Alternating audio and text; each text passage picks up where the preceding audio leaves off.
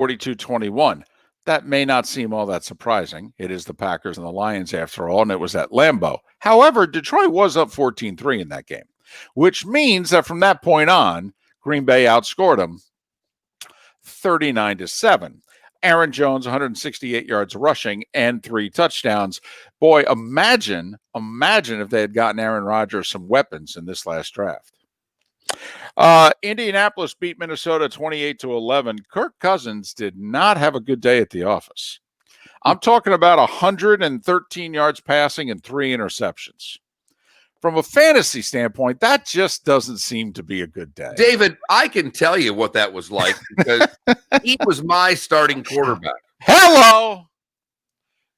And I know at one point he had minus 3-point-something points. I think he finished with negative. Maybe he got to the positive numbers, but yes, you are very correct in your assumption that was bad. I'm not a fantasy player, but I'm going to go out on a limb and say when your quarterback throws for $113 with 3 picks, that's just not good. Minus 1.48 for the game. There you go. When you lose a fantasy game by 9 points and your quarterback has negative numbers, right? It was not your Sunday. No, if your quarterback had given you 8 points, you would have won your fantasy game. That's not asking a whole lot normally. No, but apparently it was in Indianapolis. Arizona took care of Washington. It's the only game I got right against the number this week, 30-15. Arizona's 2-0, and they could start 5-0, folks. We pounded that rock for weeks leading up to the season. Miller and Molten Bolt said, 1, we're buying the Cardinals, and 2, look at their early season schedule. And if by chance they beat the Niners coming out of the chute, look out.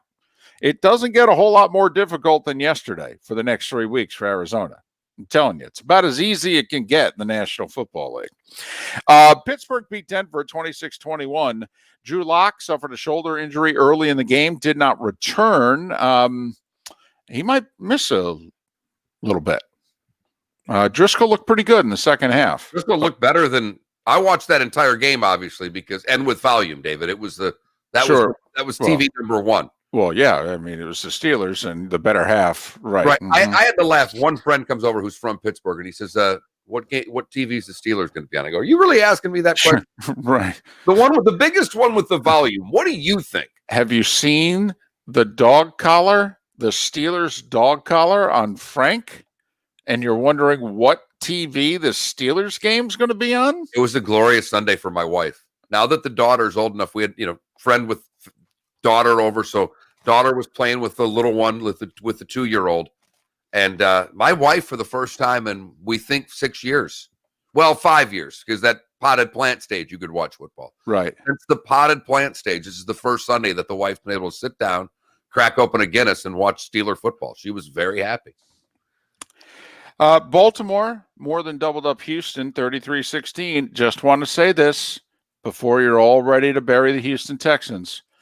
Their first 7 games are very hard, and their last 9 are very easy.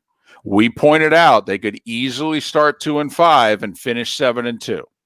Just look it up, keep it in the back of your mind.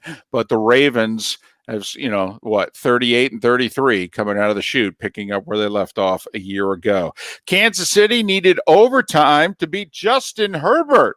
And the LA Chargers, apparently Tyrod Taylor suffered a rib injury over the weekend, aggravated it in pregame warmups.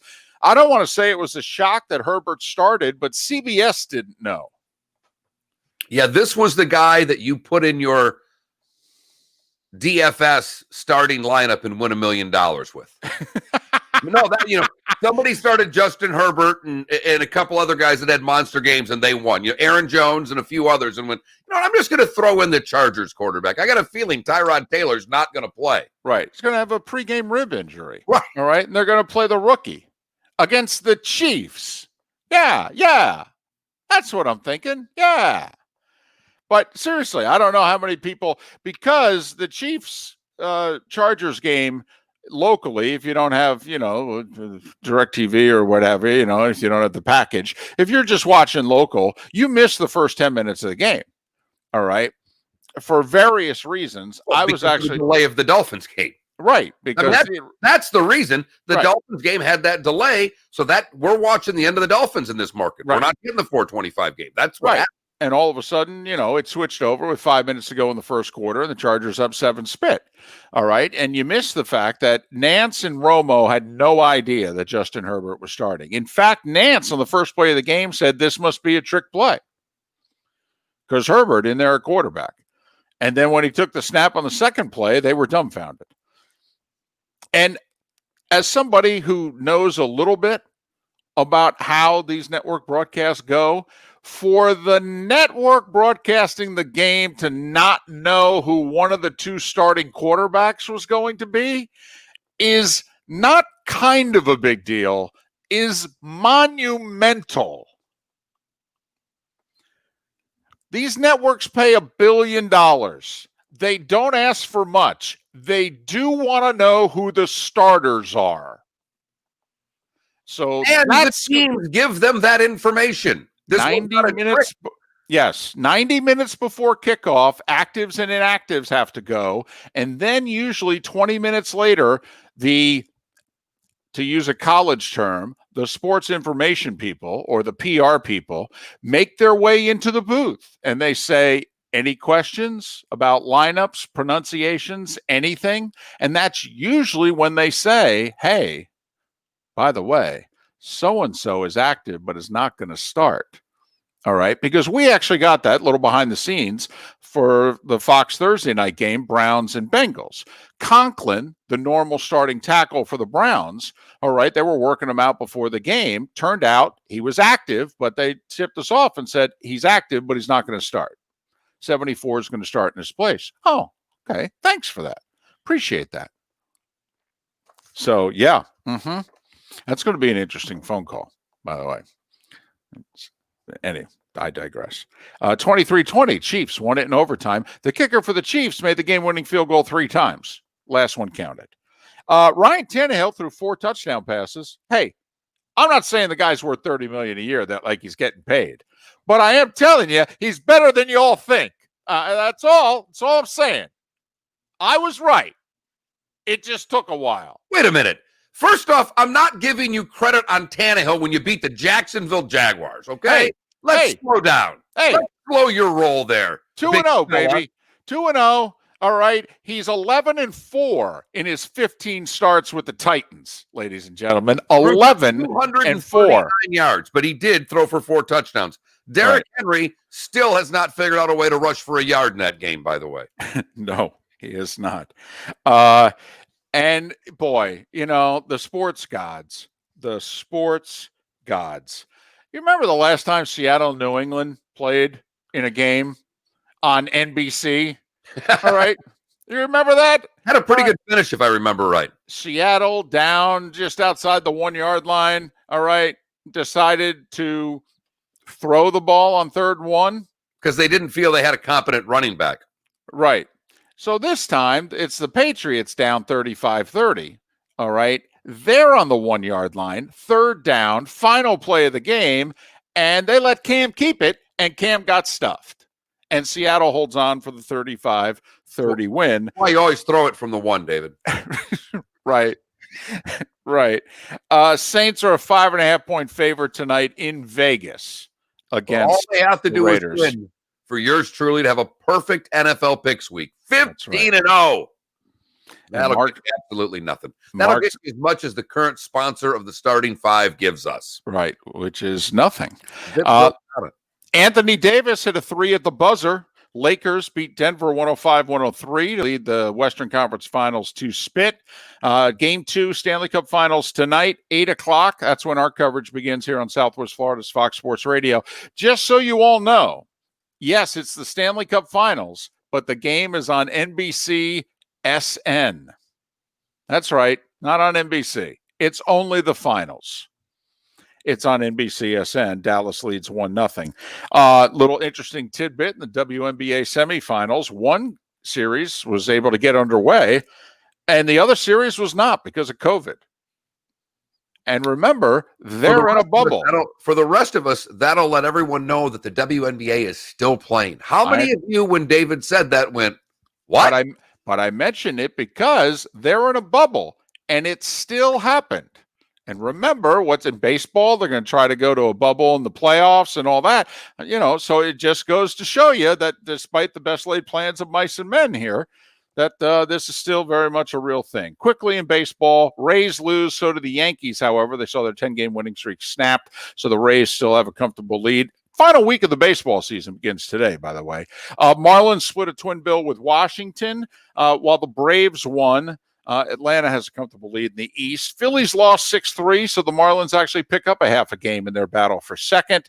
The Reds beat the White Sox. The Cubs lost to the Twins. Cleveland over Detroit. Cardinals beat Pittsburgh 2-1.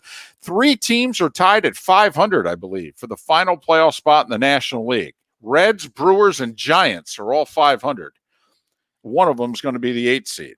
Well, the Cardinals are going to have to play all their games. Or how are they going to work this out? Well, and they're not. They're not unless go winning percentage. Well, the Cardinals have a doubleheader scheduled against the Brewers on Friday, but the Cardinals are going to be 2 games short of completing their season.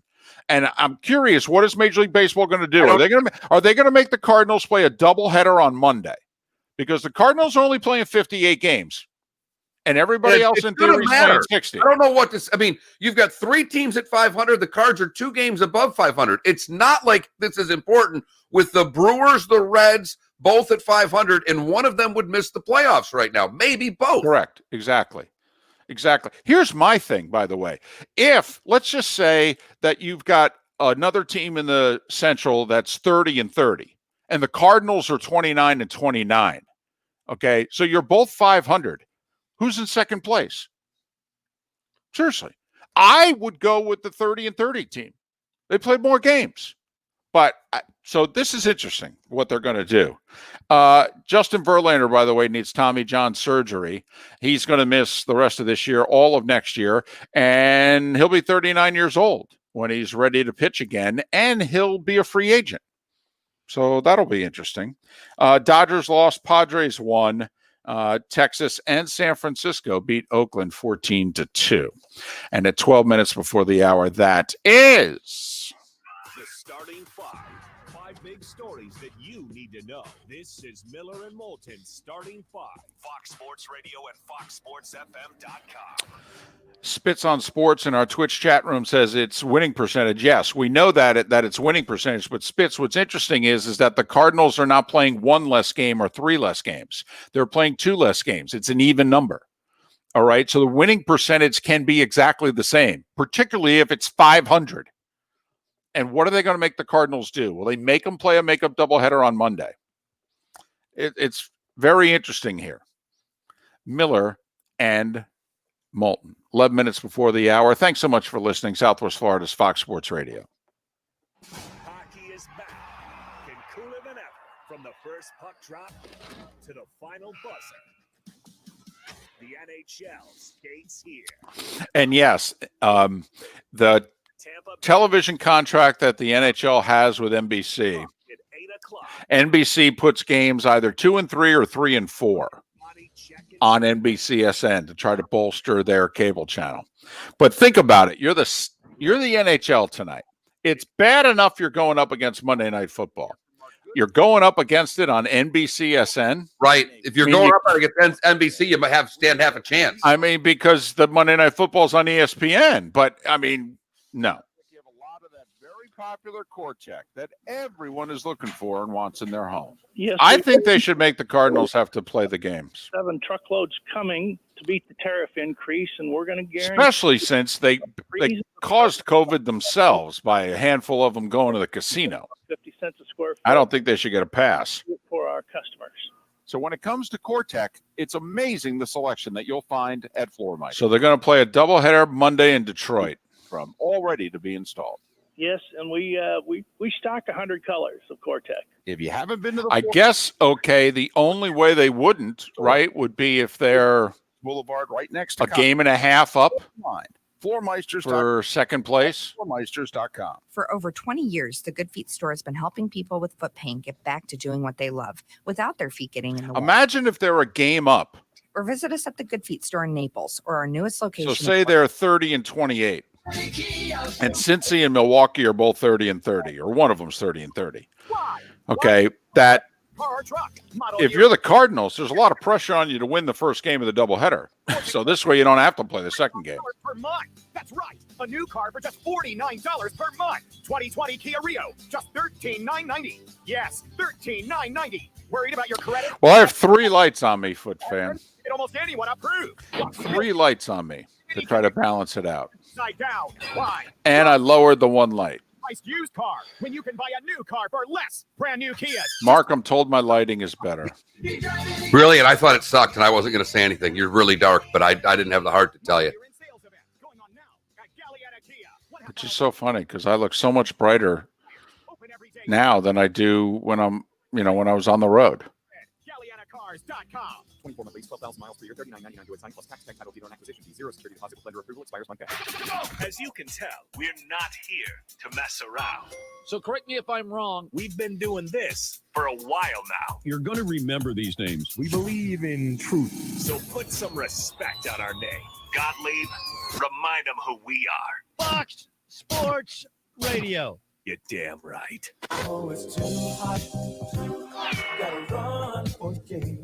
Florida is just too hot, so beat the heat with advanced windows. Please sponsor this segment. We need it. Locally owned. Where do we ever? Tinting for your car, home, and business. Right now, get 20% off any residential or commercial tint job. Call Advance. Yeah, that's my next thing. I'm 88 going to have to put a light off to the left because I'm up against a wall here. or So, on and Don't you have one of the lights that I have at your house? yeah, I do. But, it's kind of big. It takes up a lot of the room. And I didn't want to have to break it out, to be honest with you. I've got some of the smaller lights on that take up very little room. Wanted steam on your But, yeah, I'm going to have to, laser vision put a big light stand and this huge light in the middle of my bedroom. for several procedures like LASIK, Visian, ICL, PRK. Jeff and Cameron at 8:30. Lens exchange, giving patients better vision with a design Jeff that Cameron? meets the needs of Tallahassee? the individual. Yeah. And Why? advised to Dr. Jonathan France, Did they play? engineers and blade- Did I miss? Oh, Norval's got COVID. COVID, but Yeah, gotcha.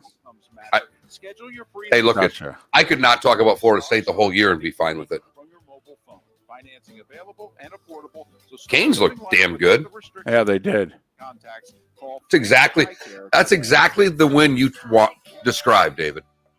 Even though you didn't Yeah. predict, but that's exactly what you Yep. said. Hey, go in there. Just go take care of business. Get on the plane. Yesterday at 10:30ish. Guy coming out with a U shirt on. Looked at him. I said, "You must be in a good mood." He's, yes, This is Miller and Moulton. You're live.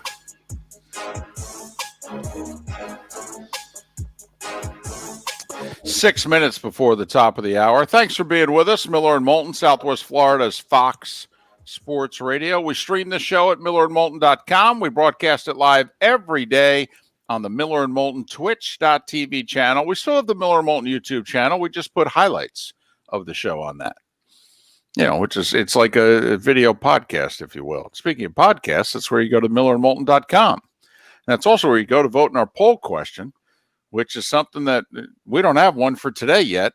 What was our one for the weekend? was the biggest must win of the game, and it ended up being the Cowboys getting 38.2% of the vote. That was ahead of Philly. That was ahead of the Niners, and the Colts were in last. The Colts won. The Niners won. The Cowboys won. Philly did not win, but Dallas shouldn't have. They did end up with the most votes in the must-win category and somehow pulled off the amazing comeback, much thanks to the Atlanta special teams. Unreal. Oh, there's the onside kick. There's the onside kick. Don't touch it. Don't touch it. Don't touch it. It's a hot potato. Don't touch it. Don't touch it. It's spinning. Oh, blank. It's gone Wait, 10 don't stop yards. spinning and see what's pointed at. Then you got to kiss that lineman. Oh, no, that's a different game. Wait. Oh, that's right. They're not allowed to touch it till it goes 10 yards. We can. I wish somebody had told me.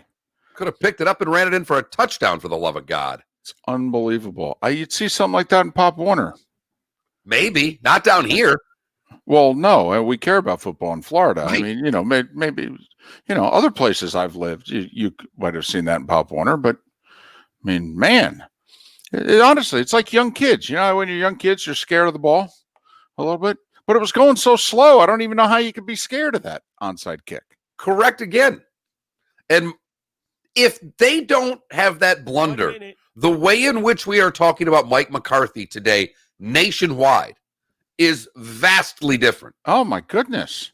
I mean, remember week 1, he doesn't kick the chip shot field goal to tie it early fourth quarter. He goes for it with a fake punt inside of his own 30 or right around his own 30. Yep. And then then it was there, Mark. Gets the game to down 9 late, and instead of kicking an extra point to make it a 1-possession game, he goes for 2. That if you win and get it, you're down 7. But if you don't get it, you're down 2 possessions. Right. I mean, it was horrific coaching by McCarthy, and yet he gets the win. Right. Yep. Didn't deserve it. He did not, but they are 1-1 and tied for the lead. Right. In the NFC East. Miller and Moulton. More football talk on the other side. Thanks so much for listening, where you can watch the show at twitch.tv/Miller and Moulton. What chart is he using? Exactly. Down 9. A hearing or a sight chart. I think he just had one of those, that you get at the eye doctor. That was it. Hey, the Bengals coach was about to do the same thing Thursday night. They score, cut it to 9. They've got the offense out there to go for 2. Now, fortunately for him, they reviewed the play, ruled the guy down, but Troy and I were looking at one another. He goes, he's going for 2 down 9. I go, it looks that way. 394821542. When you think of air conditioning companies, we hope you think of Kobe Cooling. No nonsense and no pressure. We're the company your neighbors use. Licensed CA. Yep. What's it? Last day of summer? Kobe. Is tomorrow? Fall or today, isn't it? The answer is 21st. Don't we usually start these things on? It's either 21st or 22nd. It all depends. we're right. We were right, and they were right again. Here's where they were right. The Yom Kippur. Oh, that's next Monday. I got a day off next Monday. Any conversation with Russell Wilson. Rosh Hashanah was Saturday. Yeah. In case anybody's wondering. Was it Friday? Was Rosh Hashanah Friday? Saturday. According to my phone, Saturday, David. And the last dude you want to tick off is Aaron Rodgers, because that guy can play. And it wasn't just that he could play. Yeah, today's the last day of summer. I was told Aaron Rodgers' skills are starting to fade. So I guess this means, Mark, today's our last day in the 90s. We dropped to 89 on Tuesday. And I said about him last year, and I'll tell you about him now. If you think he can't play, or you think Yeah, he I loved Andy Reid's new visor. you watch. All right, with aerodynamic, and they put little holes on the sides so it wouldn't fog up. Fox Sports That's spectacular. FM.com. Think about all the things that an organization has to work on during the week. Hey, figure out a way that the coach's visor won't fog up. Well, and can't you see it? Can someone get this damn visor to not fog up? Imagine them testing it out and they put it on. Okay, you ready? Start breathing heavy. What do you do there? Hey, Mahomes, throw a pick in practice so Right. you get a little more ticked Exactly. off. And get worked up. Do me a favor, run 20 yards, pretend to yell at an official, see if it fogs up.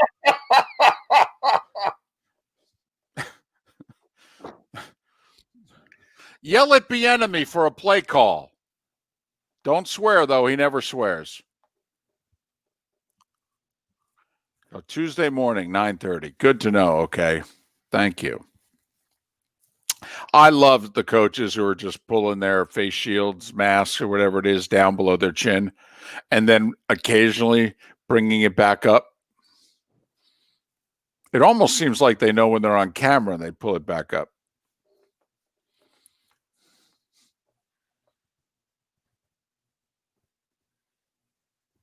Belichick had trouble with it last night. It was all over the place. I thought he was almost trying to wear it as like an eye patch at one point.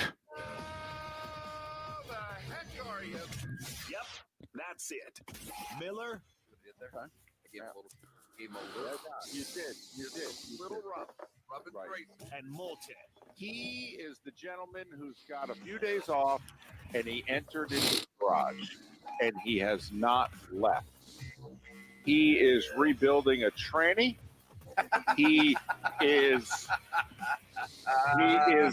mixing and matching sets of golf clubs to come up with just the right 14. Southwest Florida's Fox Sports Radio, broadcasting live from the Kobe Cooling Remote Studios, where it's always cool and comfortable. Yes! Oh, I like It's up to you now. It's up to you. Now, the best local sports show this town has ever heard. Here's Miller and Moulton. You're live.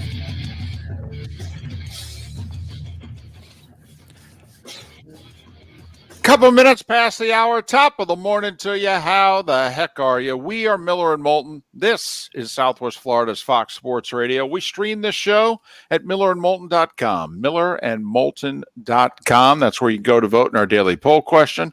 We'll put one up soon, I promise. That's where you can go if you miss any part of the show to download our podcast. Every hour of the show gets its own podcast. You can find them at millerandmoulton.com. We broadcast live every weekday on twitch.tv, the Miller and Moulton channel. If you're an Amazon Prime customer, you get a free Twitch subscription. Make the Miller and Moulton channel your choice. It's free to you, and it really benefits us. Twitch.tv/Miller and Moulton. We even give you a bonus hour on Twitch exclusively every day from 9 until 10 a.m., Monday through Friday. So it's a hot steaming deal. I mean, for those that subscribe, you get more for your subscription than you do if you just listen on the radio.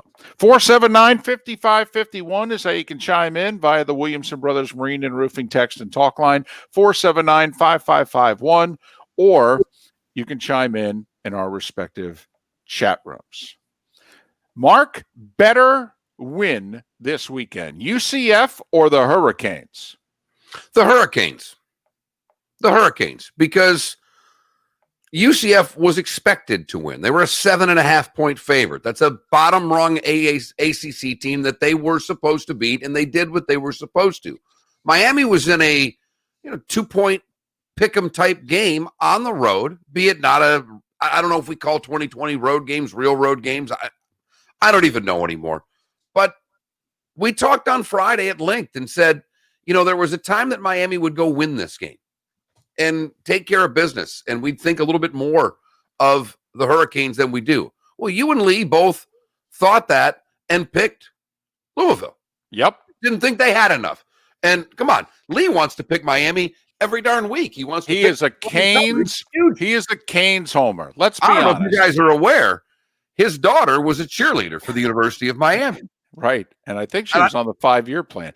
But yes, okay, Lee is a Canes homer, loves the Canes, wants them to beat the U desperately, and picked Louisville -2.5. And you know what the Miami Hurricanes have, David? A quarterback. Yes, they do.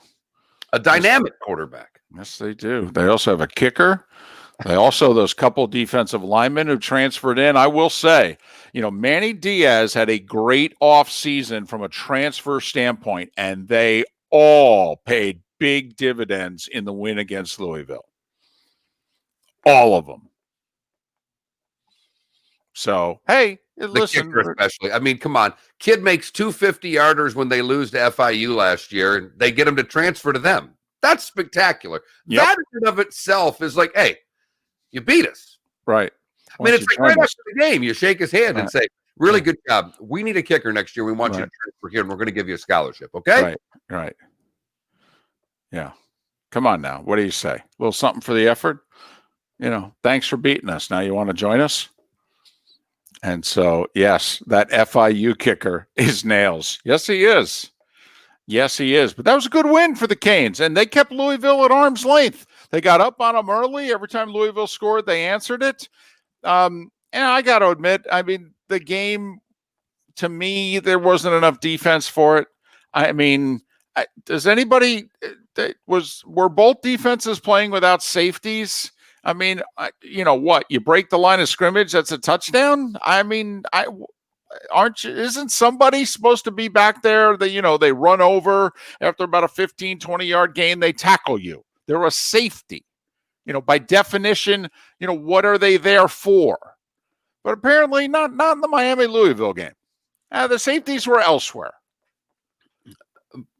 By the way, Jeff Cameron coming up in the 8 o'clock hour because, one, the Florida State football coach has COVID. Right. And that's the good news. The bad news, they got to come to Miami this week and play. That's the good news. How bad are things in Tallahassee? The head coach has COVID, and it's not the worst story with the football team. Right. Gotcha. He's going to be okay. We're not sure about the football team. But as Spitz on Sports is asking in our Twitch chat room, how are the Canes only a 9.5-point favorite on Saturday? Florida State looked god-awful against Georgia Tech in the last 3 quarters. Miami's looked very impressive in their 2 wins this year. Miami's at home, as you said, Mark, for whatever that's worth. All right. What's maximum capacity in that stadium? 13,000. Well, you figure they'll have it for the Knowles game, right? I mean, that should be whatever capacity is, you figure they're going to show up for this game. And I can attest, some fans make a difference. The atmosphere difference between New Orleans with no fans and Cleveland with 6,000 was tremendous. That's how big the difference is with even some bodies in the seats. But how is Miami only a 9.5-point favorite? That's very interesting when you think about it. That's screaming out at you. Game's going to be closer than you think. Game's going to be closer than you think. What you just said, David, there's no defense. And in theory, after the debacle that Florida State put on the field against Georgia Tech, they've now had 2 weeks to try to get their offense to perform.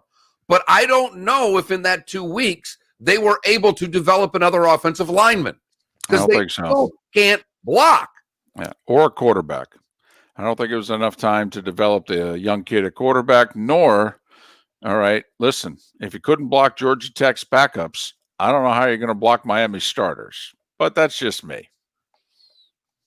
I hope could be that wrong. This Saturday I get a little bit more of the bug, though. And I did watch most of the noon games. I took the wife and daughter out for dinner Saturday night, so I left in the second half of the UCF game and got home early second quarter of the Miami game.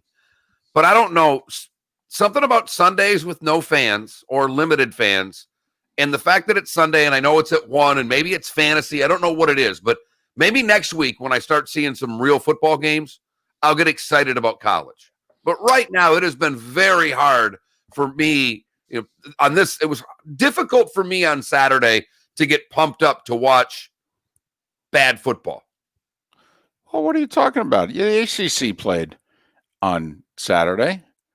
UCF was in action on Saturday. Are you saying you missed the SEC? The SEC, the Big Ten, the Big 12's unwatchable. Unwatchable. I mean, I felt horrible for the kid from Oklahoma State. We hope that that's not a severe injury. But they lose their number 1 quarterback on the first drive. I mean, when I'm having to watch Georgia State and Lafayette play, or Louisiana now, maybe next week will be better. But what ACC game was there that was interesting? Duke and Boston College? Oh, There's nothing there. Like you said, Miami Louisville there was a lot of offense, but it was really, really bad defense. Like there was nothing about that was good. Right. At least on Sunday, I think I'm watching pretty decent football. No, I hear you. The product on Sunday is bad. I thought the product Saturday so far has been bad. Now the better teams start playing this week. The SEC's back. Thank goodness. Big Ten's going to wait until the 20. We've got another month before the Big Ten plays football. Right.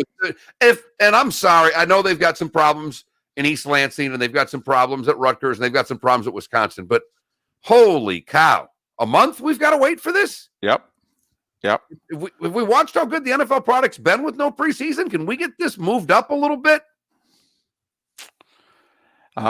Little difference in the 3:30 CBS product last week to this coming week. It was App State Marshall 48 hours ago. It's going to be Mississippi State LSU this Saturday. It's going to be a little different. That's all. Marshall, by the way, with the win, cracking the top 25. Good for them. Whatever. Hey, good for them. You know, it's their moment. It's their moment. Let them enjoy it. It's their moment. They got the national television. They get, the bottom of the top 25. They're going to get pushed out either by a loss or the other teams that, start playing. Do you start ranking Big Ten teams even though they haven't played a game yet? No, that would be unfair. Why? Really? I can't put. If I have a ballot, I'm putting Ohio State ahead of Marshall right now. Okay? What, at 0-0? Right. Yes. This goes back to what we talked about. Remember that poll question from like 4 weeks ago? Okay. 10-0 UCF or an 0-0 Ohio State? Who gets the final playoff bid? And like 70% of you said Ohio State. Well, I mean, Alabama is still ranked number 2. Georgia is still ranked number 4. They haven't played. Why can't I put Ohio State on here?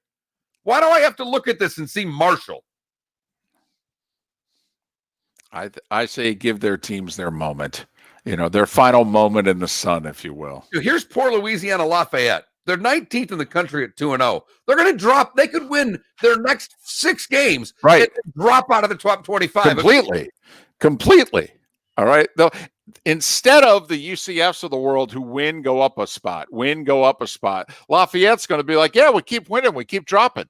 UCF ranked 13th in the country. The Big Ten's going to start playing. They're going to drop to 20th. Although that's the beauty of Saturday's win against Georgia Tech. How far will UCF drop?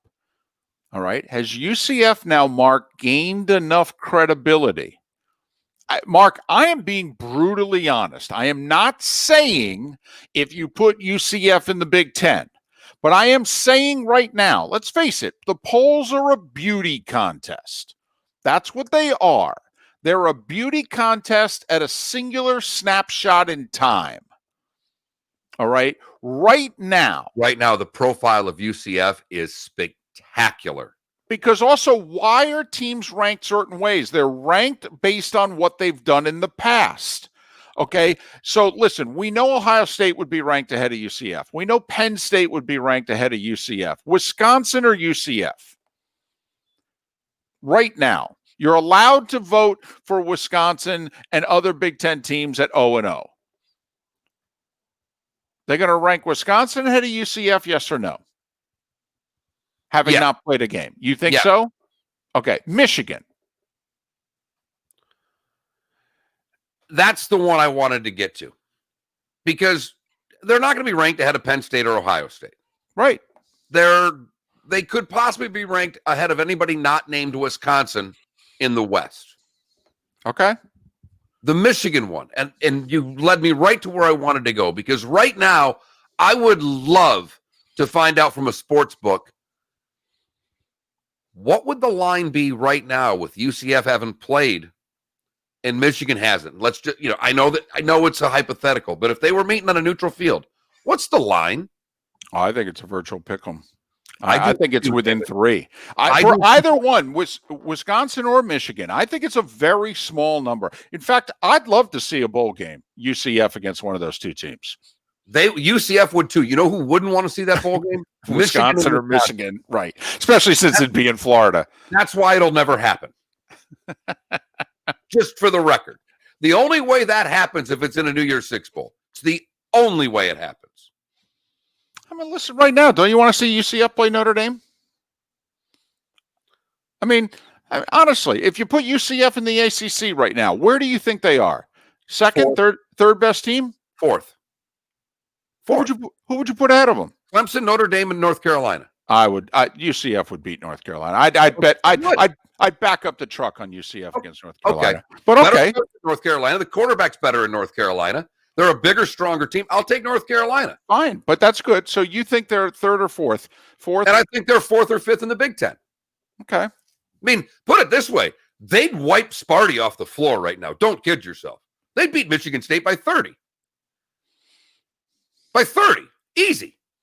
I mean, and the thing is that they're fourth in the Big Ten or fifth in the Big Ten is a lot closer to the teams ahead of them than the distance between them and the, Michigan State's, Purdue's, Indiana's, Rutgers. I mean, they would kill those teams, in my opinion. If I'm the Big 12 and I'm watching UCF or Cincinnati or Memphis, I understand the difference between dividing the pot 10 ways versus dividing the pot 12 ways. But there's a part of me, if I'm in the Big 12, that's thinking we got to add a little more meat to our bone here. I mean, outside of Oklahoma and hopefully Texas, how much meat's really on this bone? I mean, are we really going to keep trying to pump up the TCUs and the Baylors and the Oklahoma States and the Iowa States of the world? Really? Really? I mean, Mark, I'm starting to wonder, does the Big 12 need the I-4 corridor? Instead of keeping some of these schools at arm's length, I'm almost wondering, do they need them to add some meat to their bone? 479-5551, 479-5551, the Williamson Brothers Marine and Roofing text and talk line. But a good weekend for UCF and for the Hurricanes, doing what they haven't done in a while, going on the road, top 20 opponent, and we said on Friday, take it for what it's worth. Louisville's ranked in the top 20, so hey, it is what it is. This snapshot in time, it's a road game against a top 20 team. How many times have the Canes recently, and by recently, I said the last 15 years, how many times have the Canes gone on the road, okay, and taken care of business against the top 20 team and gotten on the plane and flown home?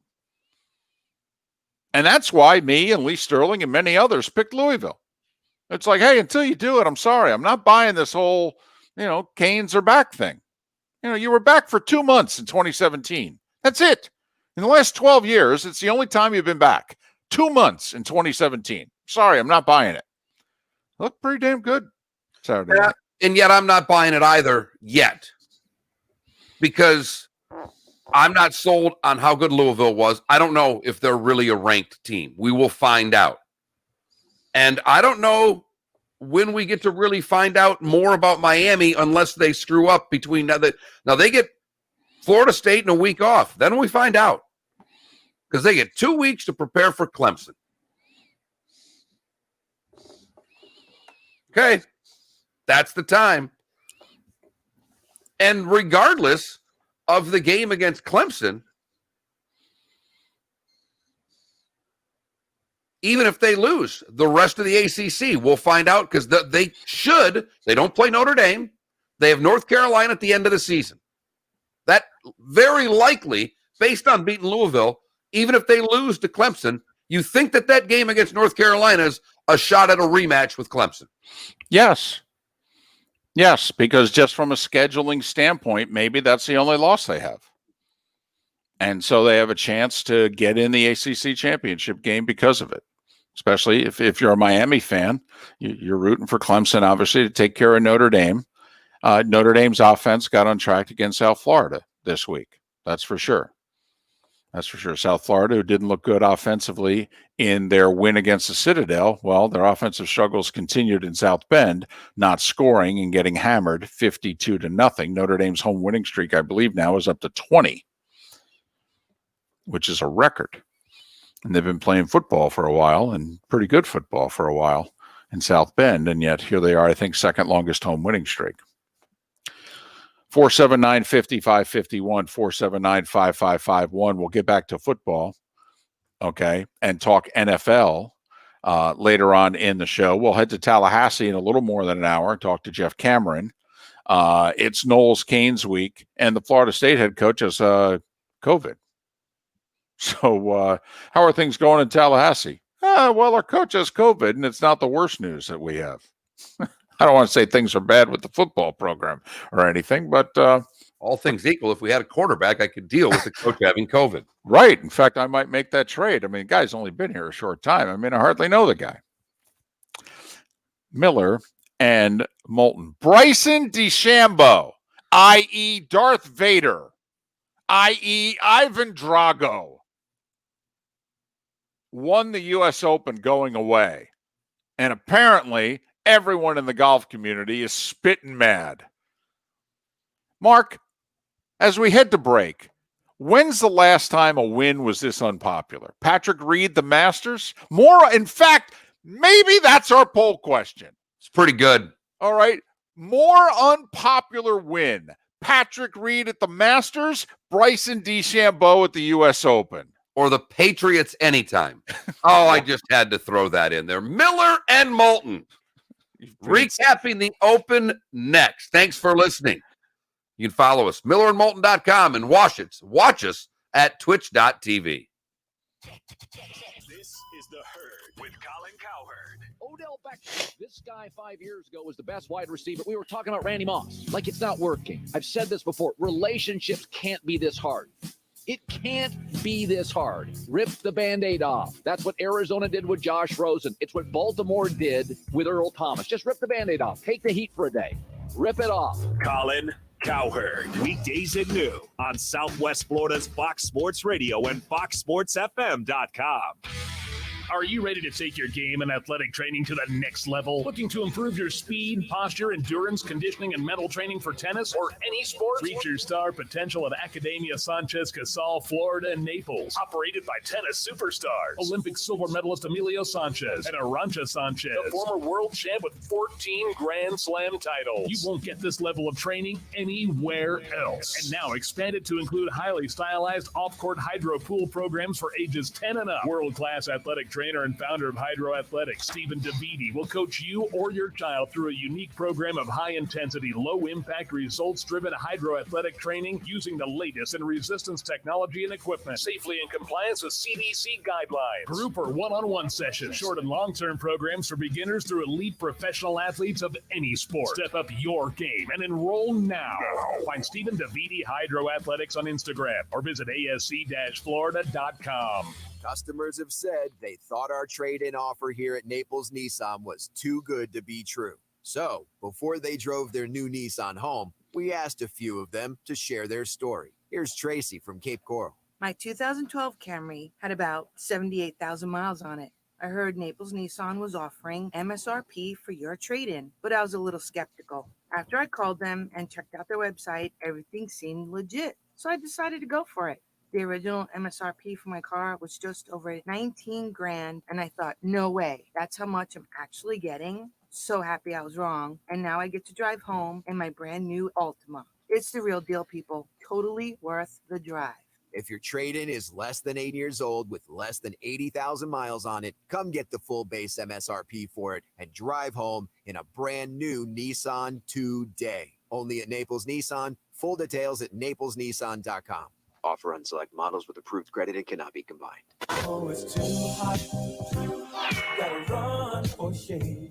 Florida is just too hot, so beat the heat with Advanced Custom Window Tinting. Advanced Custom Window Tinting is locally owned in Cape Coral. Well, window tinting for your car. Foot fan, I don't know if it's so much ego as in it's just conference viability. Custom window tinting. You know, 888-338. so the Big 12 has to think about, TINT or online. you know, can we survive if we're just Oklahoma and Texas?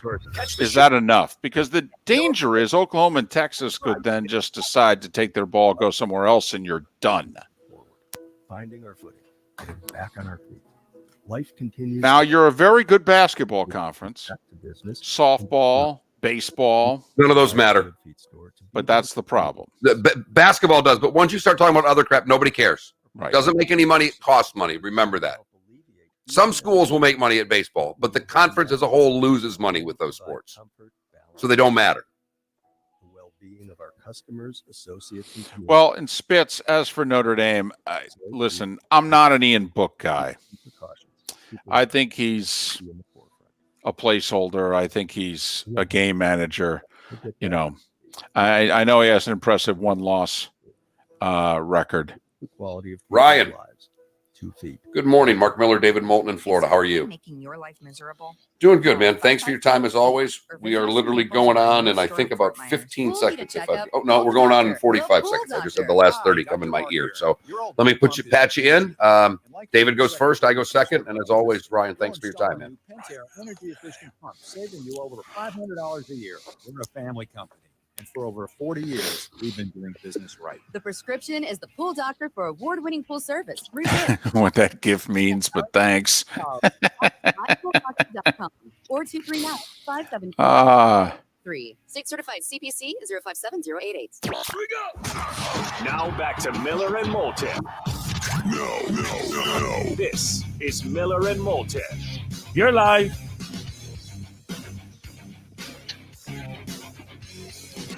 "26 minutes past the hour. Thanks so much for being with us. Top of the morning to you. We're Miller and Moulton. This is Southwest Florida's Fox Sports Radio, streaming at millerandmoulton.com, broadcasting live on the Miller and Moulton Twitch.tv channel. A reminder, Game 2 in the battle for Lord Stanley's Cup is tonight, 8 o'clock, NBCSN, by the way.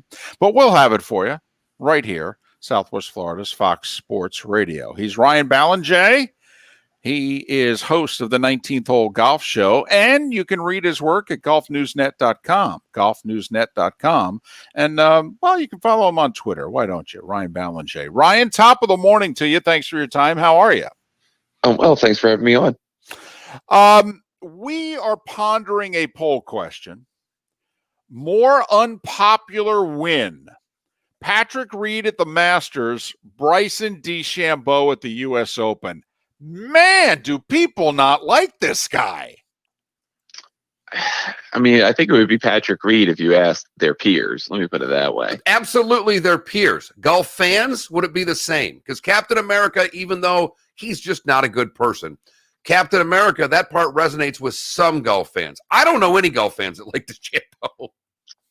I mean, I did see some defense of Bryson in my timeline as coming down the stretch yesterday. But yeah, I get that sentiment that a lot of golf fans aren't ready to embrace what Bryson's been doing the last few months, really last year plus. But I don't think they're ready to come around to it. And I don't know if they're ever going to come around to it. And in part, that's who Bryson is. And in part, that's what Bryson just did. So, some people are probably never going to come around to appreciating what he just accomplished.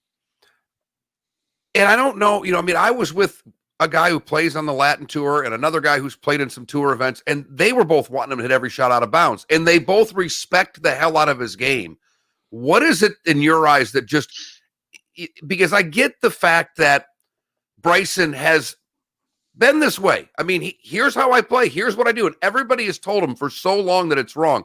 So there's a lot of me that can defend him being a blankety blank, if you know what I mean, Ryan. But what is it you think about him that just rubs people the wrong way? Because it certainly does. There is a chip on his shoulder, and I don't think he's the only pro who's like that.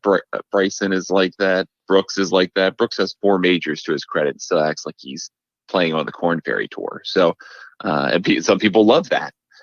I think that Bryson's chip manifests itself as defending himself as he's a genius, and he hadn't gotten to genius level proof yet. Yeah, it hadn't happened in the lab yet, and now it finally has.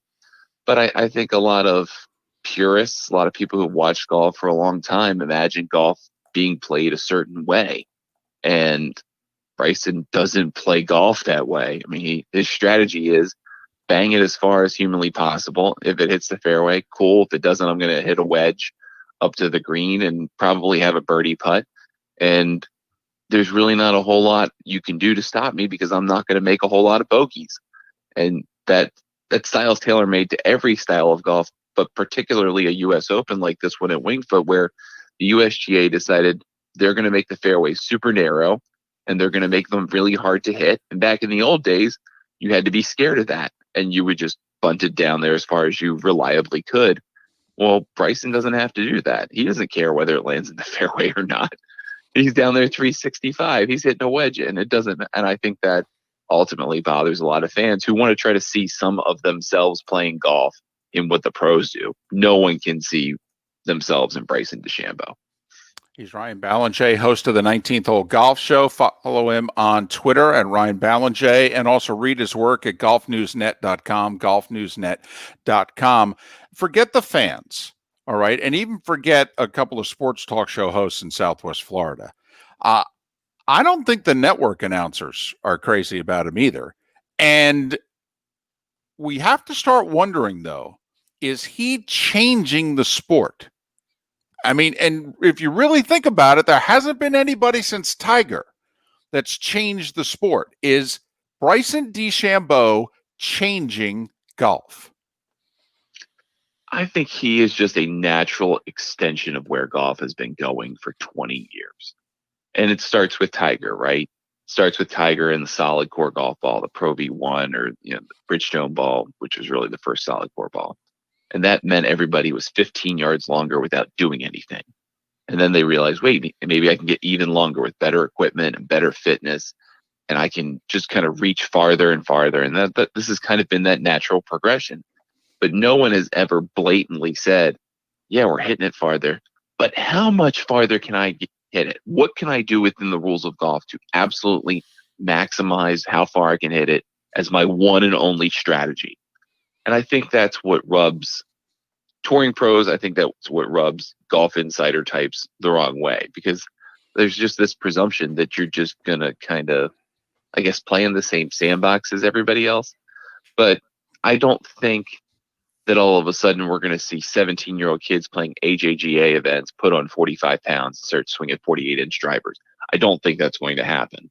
But if Bryson keeps winning like this, you have to start thinking in those terms, because how are you going to beat the guy? I mean, as we said earlier, he's taking bogey out of the equation. There aren't drop shots that he has to think about. The only thing he has to think about is birdies and eagles.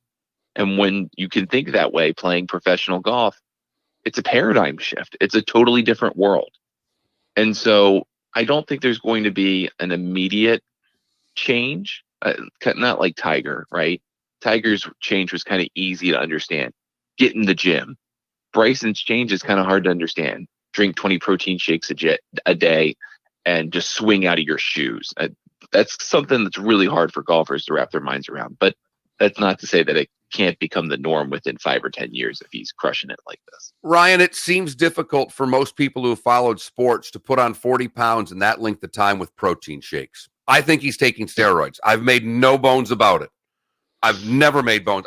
You don't do it any other way, in my opinion. I've watched other athletes in sports my whole life do this. We know why. The PGA is the worst testing organization in sports. No one tests positive for anything, and we all know that they do some things. We all know. And I'm not talking about the steroids. I'm talking about other things that they never get caught for or we never hear about. So do you think they're going to try to catch him? Because as David mentioned, the other golfers, I don't think love it. The announcers don't love it. And I don't know how much the PGA loves this style of golf. You think they're going to start coming after it, whether he is or not? Koepka kind of said something. It's one thing for me to say something. How long before people inside the ropes or those who cover it very close to the ropes start, instead of hinting towards it, saying it? It's a good question. I mean, I understand any kind of skepticism about it, because I lived through the steroid era of baseball. Right. It doesn't. This is Brady Anderson hitting 50, and you go, what? Right? What? Yeah, and I think that's something that golf will eventually have to confront, especially now that he's a U.S. Open champion, now that he's a major winner, and frankly, now that he's a threat every time to win, he tees it up. So, yeah, the PGA Tour's testing program, not that it's bad, but it's not very transparent. And just as a good example, by rule, they don't have to tell anybody if someone pops for a recreational drug. Right. If you get caught smoking weed or doing cocaine, they don't have to tell anybody. But if they pop doing a performance enhancing drug, then they do have to tell somebody. But how often do they test? When they test you? And you're also dealing with a guy in Bryson who, he may not be a genius, but he does think. And so if you're trying to come up with something, I don't want to put that out there on Bryson, but the whispers are going to come. They've come before. they're going to come again, and they're going to get louder because you're a major winner now. So I don't know how they test him more frequently without making it so obvious that they're targeting him. But I feel like there's going to be a lot more of this conversation. Ryan, I will say I love the final group yesterday for a couple of reasons. First off, a couple of young guys, all right, which is always nice to see in any sport. But secondly, two very unique golfers. We've just spent, time talking about DeChambeau, but, I mean, Wolff's swing, I mean, it's Jim Furyk looks at it and goes, dude, you got to work on that. I mean, and the fact that he's this good, I'm at 21, it's to me, the individualism of the two of them on display in the final group yesterday, where so many of the golfers are cardboard cutouts and their swings are almost identical. I just marveled watching the two of them going, man, there's not a swing coach around that would teach either one of these guys how they're doing it. Yeah, they're both very much self-made. I mean, Matt Wolff works with a guy named George Gankis, who is a kind of free spirit of golf instruction, and let Matt kind of swing his swing because of his baseball connected past. And I mean, Matt Wolff could have won this tournament yesterday. Yeah. Kind of got steamrolled a little bit on the back nine and never really recovered. And Bryson is a little bit more steely. But in two majors, Matt Wolff has finished T4 at second at 21. Right. So it portends some good things are going to happen for the guy eventually. I think he learned a lot from yesterday. I think he learned a lot from losing to Bryson earlier in the summer in Detroit, the Rocket Mortgage Classic. Got blown away in a similar fashion. Started out with the lead, got caught, didn't know what to do, couldn't answer, and then just got passed. He got that same thing happened to him yesterday. But he's going to figure it out. He's a smart kid. He was a little whiny after losing. I think he was upset about some breaks and things like that. And you could tell by the last 3 or 4 holes, he was almost completely out of gas. But he's going to figure out how to do this. And I do think it's really cool that, I mean, Wolff is basically a less optimized version of Bryson in terms of just banging as far as you can. But if you were going to try to root for one of the two players, I think pretty much every person that you surveyed other than Bryson was going to root for Matt Wolff. So I think he's likable. He shows emotion. He cares. I think that's going to be he's a superstar in the making, absolutely, in golf. There's no doubt there. And I mean, the game is in a great spot. When you look at DeChambeau, Wolff, Schauffele, Finau, and Justin Thomas all in the top 10. I mean, these are all young guys that are getting it done, not to mention you still got DJ that's playing at a high level. Rory had a nice tournament, which was really nice to see for a change. How much would the next Open at Winged Foot be different? Because it surely sounded as if the superintendent at Winged Foot took the USGA out behind the barn rather, after Thursday and scolded them and may have hit them a few times because he was embarrassed that 20 guys shot under par on Thursday. When we get the next Open at Winged Foot, we're never going to have a Thursday like that again, are we, Ryan? I can't imagine. That drew a lot of criticism, and not just from the membership at Winged Foot that wants like 20 over par to win the U.S. Open. That a lot of golf fans wanted to see, and myself included. I mean, this is billed as Winged Foot. You're expecting pain and suffering from the first shot, and to have that kind of first round, and even for Matthew Wolff to be able to shoot 65, hitting just a couple fairways. I think that in part goes to show you how good the technology has come in just 14 years, where guys' games have changed, the equipment is better. There's really not a whole lot the USGA can do to stop people from just pummeling a golf course if they're long and hitting wedges. There's not much they can do. They can't make a golf course long enough. So that's part of the reality, is that by the time we get to 8 years from now, or whenever the next time Winged Foot hosts, there's not going to be a whole lot different unless the USGA says we need to kind of draw a line in the sand. We are going to roll back equipment. We're going to create limits on how much the ball can spin, how far it can go, how long your driver can be, all these kinds of measures they could take. And if basically avoided for 20 years. Unless they do that, I don't think there's anything that they can do to stop guys from, if they're playing well enough, putting up the numbers that we saw this week. Ryan, Jordan Spieth looks lost. He's not long enough to compete with the top players. He's certainly never been straight enough. And it doesn't seem as if he is content to play to his strengths. I mean, I think, I said when he was on his roll, he reminds me of Justin Leonard. Leonard had 2 really good years, and then really his game didn't transcend long term. He was always a good putter, but, he was just too short. And I kind of wonder, does Spieth need to realize, despite having 4 majors, really now who he is, that he's a crooked Kevin Kisner, and he needs to figure it out. He seems right now lost on the PGA Tour in 2020. He's been in the wilderness for the better part of 3 years, almost 4 years. Yeah, since he won the British. I mean, he hasn't done much. Yeah, that's the last win. And honestly, that came out of nowhere. The season, throughout 2017 wasn't even very good. So that's a great analog to Justin Leonard. I think that, and he talked a little bit about this after missing the cut, he's just trying to go out there and play his game. The problem is his game isn't competitive right now. If you hit 49% of fairways week to week on the PGA Tour, what in the world are you doing with 25-yard fairways at Winged Foot? You have a prayer, especially hitting it only 290, 295 off the tee when Bryson is 80, 90, 100 yards past you. Like, that's kind of happens when I play a 25 handicap. That should not happen on the PGA Tour to a guy who's won multiple major championships. And so I think Jordan's kind of in this place where he has to decide whether he wants to continue to be Jordan Spieth, the guy that was the best golfer in the world in 2015 and part of 2016, or does he need to revolutionize himself, reinvent himself for the remainder of his career, change his swing, break it down, get faster, go farther, but still be the same guy that makes a whole lot of putts. I think a lot of people kind of knew this day has been coming because you could see how he won tournaments in his run, and a lot of it was just incredible putting from mid-range that everyone knew just could not be sustainable in the long term. And that's where we are now.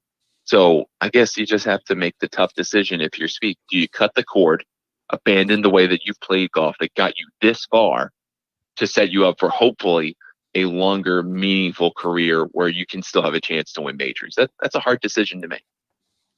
More strange, Ryan, watching the U.S. Open in September or watching Masters commercials during the U.S. Open in September? The U.S. Open, I played my club championship over the weekend, and it kind of felt a lot, not conditions-wise like the U.S. Open, but just kind of the weather. It made some sense, I guess, and it did dry out in the end. They got one guy under par, so they got what they wanted from a U.S. Open in the fall. Even though we only had 144 players, it was all exempt, and it was really hard to finish every day. But having the Masters in November, I don't know what it's going to look like. I know they're going to try to overseed because they want to do that, and it wants to look as green as it normally does in April. So I think the Masters is going to look like the Masters come November. But a commercial telling me to watch the Masters in November, that's really, really weird. Ryan, thanks so much for your time. We hear you got your hands full. The dog All one. the best. That's the dog that wants to go No, out? I think it's a baby. No, that's a Yeah, baby. She just came by and said she wants to go outside. All right. All right. Well, did you win the club championship? That's all people are going to ask, and I'm going to have to text you later. So, oh man, no. I played against the number 1 or number 11 ranked junior amateur in the world. A guy who played multiple USAMs, guys who were playing D1 golf, and a former pro golfer. So I really did not stand a chance. That's a tough field. That's a U.S. Open field at your club. Yeah, really. My goodness. Making the quarters seems like a good run. Ryan, thanks. All the best. Thanks, guys. Appreciate it. Ryan Ballinger, host of the 19th Hole Golf Show and also part of golfnewsnet.com, golfnewsnet.com. Follow Ryan on Twitter at Ryan Ballinger, Ballengee. Ryan Ballinger joining us here on Miller and Moulton. Today was the day when, coming up next. You like my poll question? I do. More unpopular win, Patrick Reed at the Masters, Bryson DeChambeau at the U.S. Open. It's tough to have a really good golf poll question during football season. But that's my nomination for our poll question. And it's up. Hot damn. That's how I work, David. That's how I work. It Miller is how and you Moulton. roll. Today was the day when is next. Thanks for listening. MillerandMoulton.com or twitch.tv/Miller and Moulton.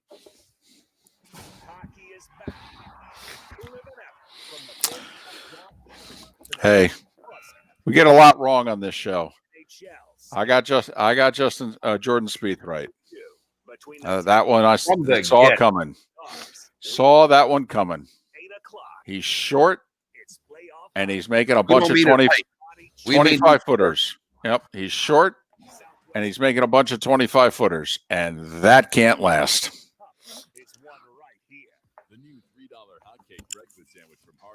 A crooked Kevin Kisner. I even thought of that on the fly.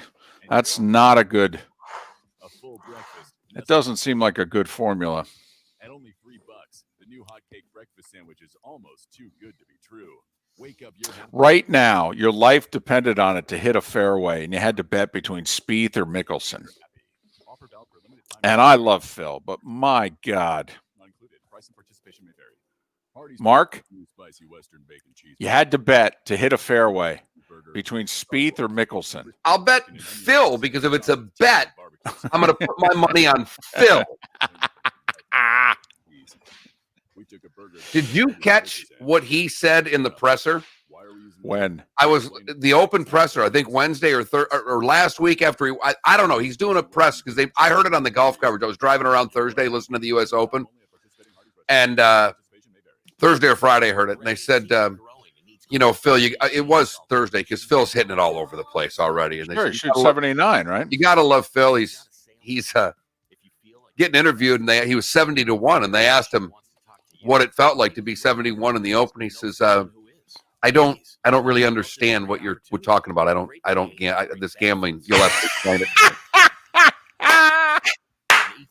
I swear to God, if Mickelson ever decides to do the booth, they got to. He'll be the Get best. all of those guys out and just let Phil do it. He will be the best announcer in television history. He really will. He'll be better than Cosell. He'll be better than Madden. Okay, I swear to God, if Phil Unleashed, the network who hires him and says basically, say whatever you want. We got your back.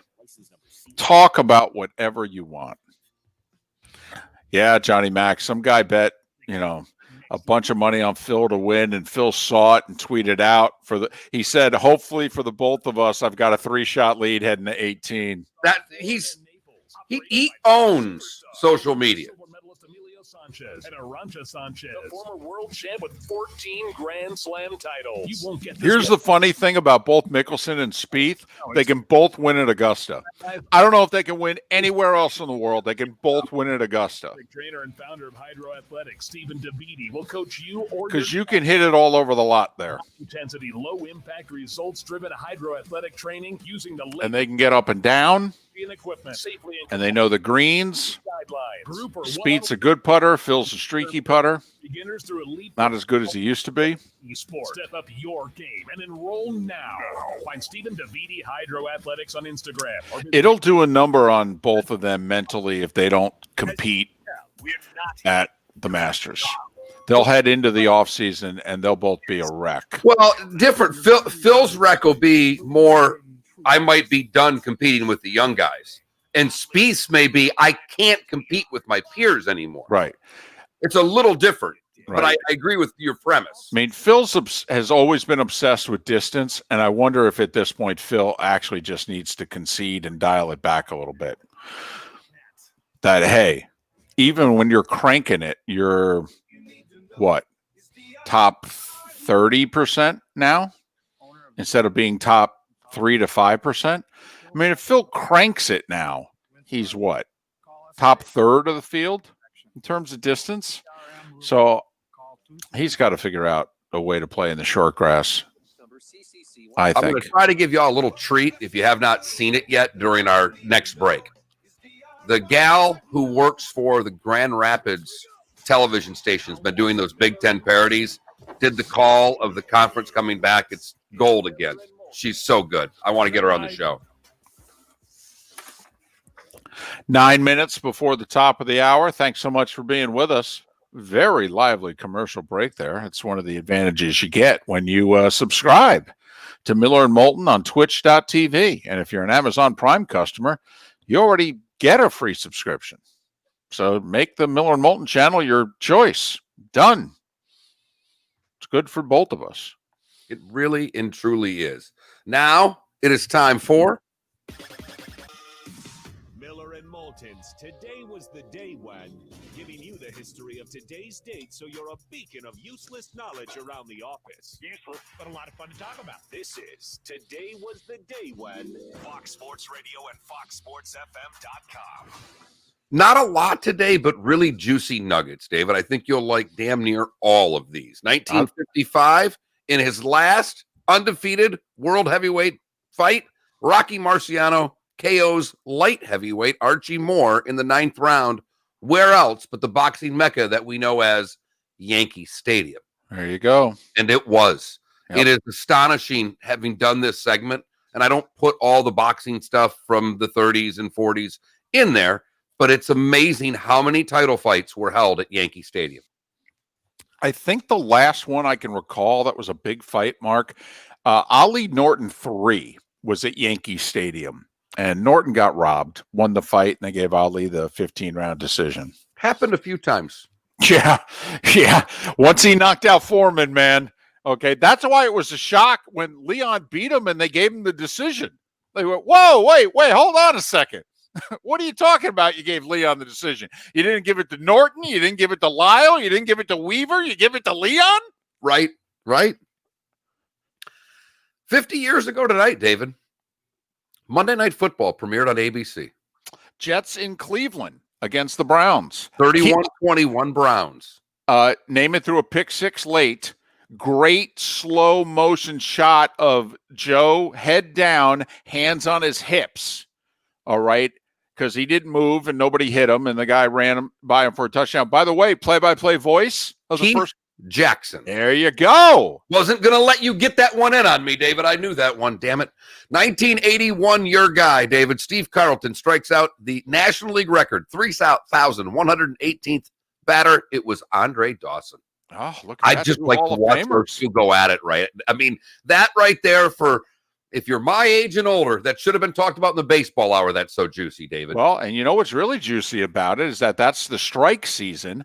And a week or two later, they're meeting in the playoffs because the Phillies won the first half and the Expos won the second half, and they met in the playoffs. Expos' only playoff appearance. The other Spinks, Michael, today in 1985, beats Larry Holmes in 15 to become the heavyweight champion of the world. And he did, too. All right. I mean, he clearly won the fight. All right. Now, when they fought the second time, Spinks got the decision, and I think Holmes got robbed, but Spinks clearly beat him the first time. 1986, Jets and Dolphins in overtime. Your final score, 51-45, setting a record with 884 passing yards. Do you think the Dolphins were a little ahead of their time? Ken O'Brien to Al Toon, I believe, for the game winner. Or no, Ken O'Brien to Wesley Walker? One of them. Really? You Yeah. should have just stopped at the first one, because Sorry. there's not a damn person listening that cares, one, and two, would be able to challenge you on that. Right? I mean, you had it. Just stay Costanza there. Just stay with it, David. You had it. I'm second guessing myself. And in 2004, Green Day released their album American Idiot. If you were born today, you share your birthday with some pretty cool people. The late Leonard Cohen, born today in 1934. Don Felder, who played guitar with the Eagles, was born in Gainesville today in 1947. Author Stephen King, born that same day. Artist Gilmore, our friend in Jacksonville. Yes. The big man, born today in 1948. Happy 72nd to Artis. Bill Murray, 70, gang. Pick the movie, pick the skit, pick the whatever. Spend a little time watching him singing Star Wars, nothing but Star Wars. I don't think the heavy stuff's going to come for quite some time. Rick Mahorn is 62. Cecil Fielder is 57. The newly available Faith Hill is 53. Oh, really? Finally? Apparently they're splitting up. I read that. I thought I read that over the weekend. And Really? I don't do gossip, but I've started going to the New York Post app. You've sold me on the Post app, and when you're on doing sports, you can't help but see some other stuff. And I'm pretty sure I saw that Faith's on the market. 15 years I've been standing at the counter, and Faith Hill and Tim McGraw are getting divorced. It's finally happening? Maybe not. David, I don't do gossip, but I thought I saw that they're finally done. That's why I went with the newly available. Gotcha. And finally, Liam Gallagher from Oasis, the really kind, wonderful guy who thinks Patrick Reed and Bryson DeChambeau are just charming. He is 48 years old. And that, David, is today was the day on this September the 22nd. We do have ourselves a poll question. Oh, wait, hold on. It's September 21st, Oh, what did I say, 22nd? You did. I just wanted to make sure you didn't read today was the day on September 22nd, because then we don't have a segment tomorrow. I'm looking right at the 21st, and I think I just skipped the 1 and the 2 of 2020. The last day of summer, Mark. Certainly feels like it around here. Right. We dropped to 89 degrees tomorrow. It's fall after all. Yeah. Our poll question is, what golf major win was more unpopular? Bryson D in the Open or Patrick Reed in the Masters? And it looks right now like you hate Patrick Reed more than you hate Bryson DeChambeau. Wow, it's good for DeChambeau there. See, wanted to make him feel better since everybody was hating on him yesterday. Jeff Cameron in 30 minutes right here on Miller and Moulton. That time again to hear from our good friend Dave Meister, owner of the Floor Meisters in Naples. And we love talking to Dave. We know that when he calls, something special's going on at Floor Meisters. Dave, sounds like you have a lot of that very popular Core-Tech that everyone is looking for and wants in their home. Yes, we do, and we've got about 6 or 7 truckloads coming to beat the tariff increase. And I love that. When I know you can find all this stuff, but Jim Wyatt, who covers the Titans that I follow, and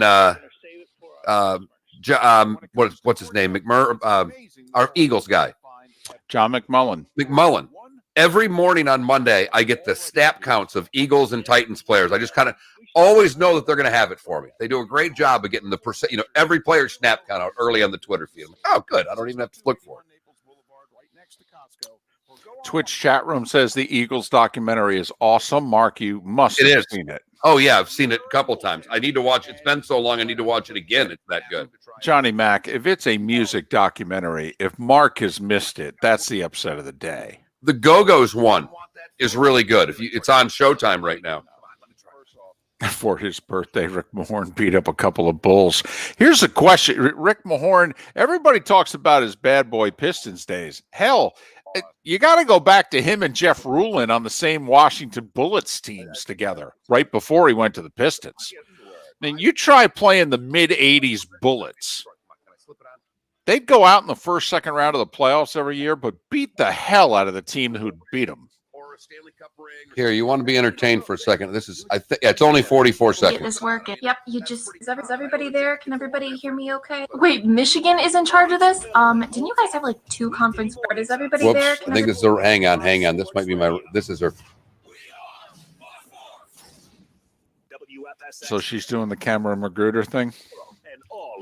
Yeah, but it's. Big Ten has officially decided with this. Okay, everyone, after a lot of time and consideration, the Big Ten has officially decided with this up. We're having football, guys. We're having football. We're having a season. Okay, I hadn't even said it yet, but okay, yes, we're having a season. But listen, there are certain things we can and cannot. Big Ten is back, baby. Hey, party at our place, 10 p.m. Bring friends.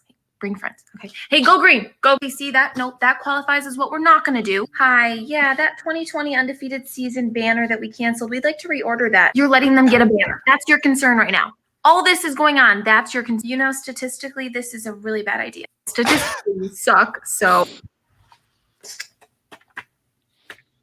now what is Nebraska's problem? Oh, they're so mad at you. Hey, I know. We should prank call the Pac-12. No, no. Tomorrow, yes. Tomorrow would be great. Get it? Because they're not playing. I don't feel very good. Okay, everyone, after a lot of time and consideration, the Big Ten has officially. She's great. It's so good. I mean, she has Michigan State just so dialed in. I think she had to go there because she has them as a drunk mess every time. Who is Nebraska mad at? The Big Ten. They're still mad at you. You did. So good. And Moulton, he is the gentleman who's got a few days off, and he entered the garage, and he has not left. He is rebuilding a tranny. He is mixing and matching sets of golf clubs to come up with just the right 14. Southwest Oh, she's a Grand Valley State alum. Radio, broadcasting live from the Kobe Cooley So I just think that's just so funny. where it's always cool and comfortable. It's up to you now. It's up to you. I like it. Now, the best local sports show this town has ever heard. Here's Miller and Moulton. You're live. Couple minutes past the hour, top of the morning to you. How the heck are you? We are Miller and Moulton. This is Southwest Florida's Fox Sports Radio. We stream this show at millerandmoulton.com. We are broadcasting live every morning on twitch.tv, the Miller and Moulton channel. In fact, we give you a bonus hour from 9 to 10 a.m. commercial free on Twitch. Chime in. We would appreciate it. You can vote in our poll question of the day at millerandmoulton.com. Which major championship win was more unpopular? Patrick Reed at the Masters in 2018 or Bryson DeChambeau yesterday at the U.S. Open? The big fella winning by 6, shooting a spectacular final round, 67. He was just tremendous yesterday. Just tremendous. Do not want to take away at all as to how well he played. He was awesome. Awesome. Takes forever. Mike Hargrove says he takes a long time, but it's a good pull, David. It really is the original human rain delay. Exactly. But, he takes forever. And I could see where, by the way, if you're his playing partner, you could get a little annoyed. And Mark, in all honesty, and we're going to talk plenty of football coming up, but I do want to say this. You could see between his length, which is intimidating, and the amount of time that he takes, which is annoying, that he's a difficult person to play with. I mean, he intimidates you off the tee, and then he drives you bat blank crazy, in which a few times around you just want to yell, "Putt the ball already." Look, it's not just that. It's bringing a rules official over on every single thing that there is. That would drive. I mean, I'll go back to the fire ants. As I mentioned, I've got a friend of mine who plays on the Latin Tour. Young kid, great young man. Really want him to make it because he's a better guy than he is golfer. But he's playing in an event a couple weeks ago because they've had a few weeks off. And his playing partner calls him over and he says, "Hey, not to be a Bryson, but I think I've got fire ants by my ball." And Matt looks over at the kid he's playing with, and the ball is swarmed by fire ants. He's like, "No, you're not being Bryson. Move it." And he's still nervous, he brings the rules official over, and again says to the rules official, "I don't mean to be Bryson here, but," and the rule, like, "Come on, those are fire ants, move it." That one moment to me, I guess being a Floridian who has had fire ants crawl up his leg and you freak out.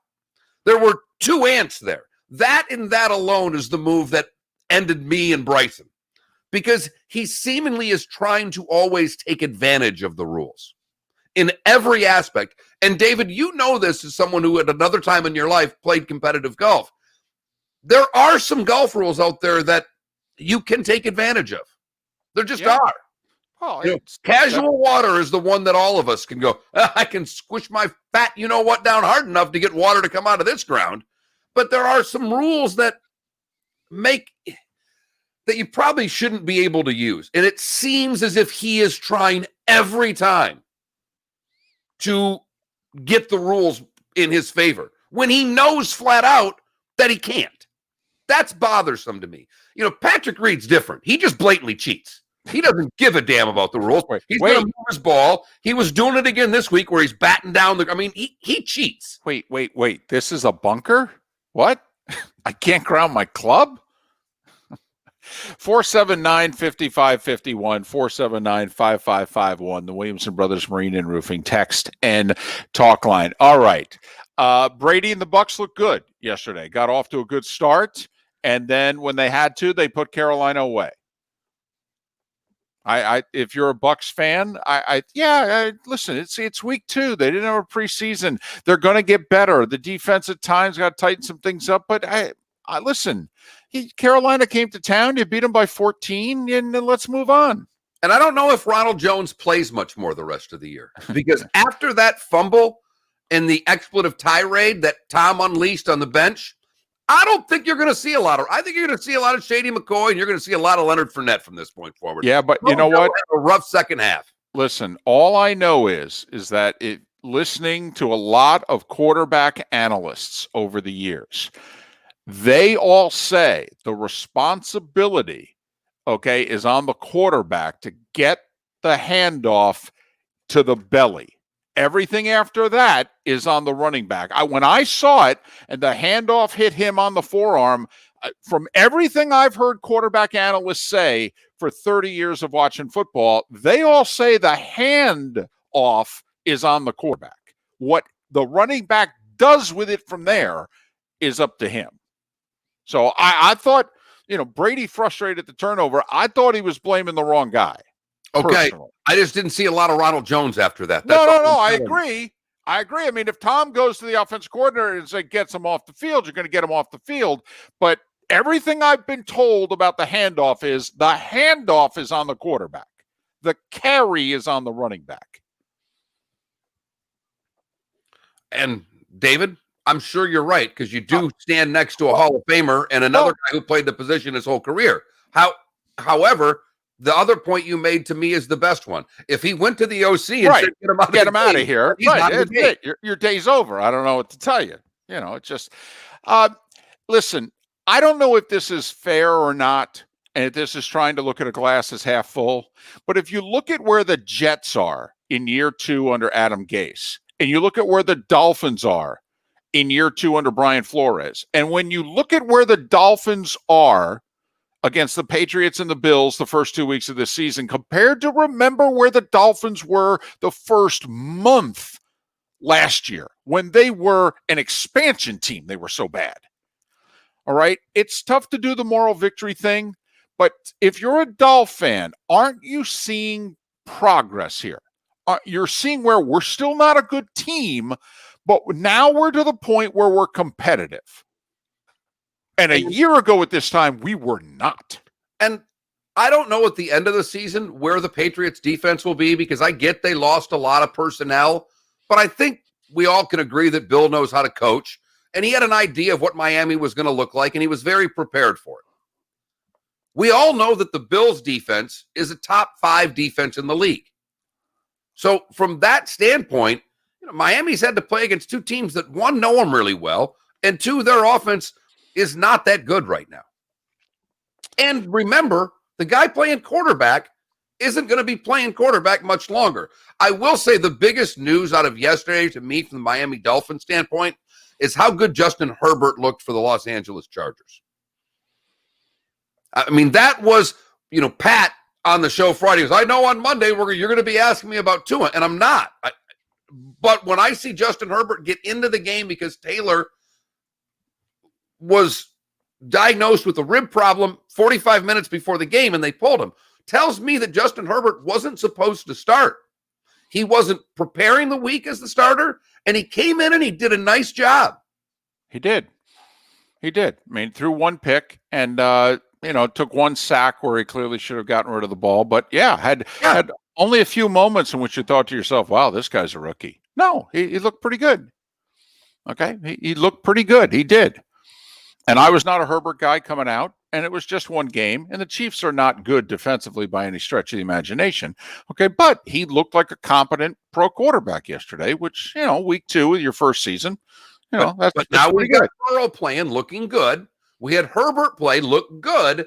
Tua's not playing. That will put pressure on Miami. Still doesn't change what I want to do if I'm running the team, but it will add some increased pressure as losses come. Listen, the Bears are 2-0. They have beaten two of the teams who drafted in the top 5 of last year's draft, and they've beaten them both by 4 points. It would concern me if I'm a Bears fan that after the initial drive and then a quick turnover to get a field goal, you scored 7 points in the final 3.5 quarters against a below average defense. All right. Yet that you had to rely on your defense to beat the Giants. Okay. But still, they're 2-0. Hey, we said the soft part of the Bears schedule was the first 4 weeks. And so far, they're 2-0. Can you ask for more than that? Right now, worst team in the league, the Jets. I mean, is there any debate on this, by the way? Is there anybody else that is even in their area code? Well, I could argue that I think Carolina's close. I mean, today. Not will be. You think Carolina has looked that bad their first 2 weeks? David, they played against a Raiders team that I don't think is very good, and we'll find that out tonight. No, I think they're clearly the worst, but I think Carolina's within the area code. Although I'll tell you what, we don't think they're this bad, but you know who has not looked good the first 2 weeks of the season? How about the Minnesota Vikings? Oof. Hey, how about, no offense, how about the Detroit Lions? Okay. Well, but they're I know you like Matthew Stafford a lot, and I know DeAndre Swift dropped that ball, but Stafford threw a pick before that helped cost them the game. They're awful. I mean, the Detroit Lions, I'm going to scratch my previous answer. It's not Carolina. It's the Detroit Lions. Okay. They blew a game against Mitchell Trubisky, and they were up 14-3 and were unable to score the rest of the game. Scored 39-7 the rest of the way at Lambeau. Somebody brought this fact up in a tweet last night in which they said, I think it was Warren Sharp, maybe it was Dan Orlovsky, that tweeted out that there were a couple of playoff teams from a year ago who traded away their number one wide receivers. And the teams they traded them to are 2-0. And the teams that traded away the wide receivers are 0-2. We're talking about Houston and Minnesota, who traded away, obviously, Hopkins and Diggs. Now, granted, Diggs went to the Bills, who did win 10 games last year. But his point is, when you have a number one wide receiver, not a number 2, not a number 3, when you have a number 1 wide receiver, you do not let them get away. They make a really big difference. Thought it was an interesting point. And Hopkins had like 68 catches in the first game and 8 more for 68 and a touchdown yesterday. Right, that's an off day, by the way. That's for a bad DeAndre game. Hopkins. Okay, the rest. If he has 8 catches for like 96 yards and a touchdown, that will be considered average for him in that offense going forward. What do you think of Big Ben? Think he's back? Does he look like Big Ben to you? Looked pretty good. I'll tell you what I do like is their number 2 and 3 receivers. The rookie they have can play, and that Deontay Johnson that they got last year can play. I mean, they had Smith-Schuster, who didn't have a lot of help last year, and they didn't have a quarterback. It now looks like they've got competent receivers. Connor had a nice run. I'm with you, David. I just don't know running back-wise. Denver's a good defense, but they don't have – I don't know if Connor or Snell are good enough. And I don't even know if the collective effort of the two of them are good enough, if you know what I mean. Running back by committee, I don't know how good their committee is.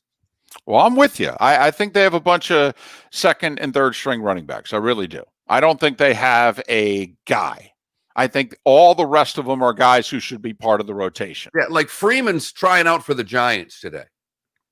If I was Pittsburgh, I might want a guy that I can trust to catch the football out of the backfield, because that seems to be important. But we'll see. Their defense is solid.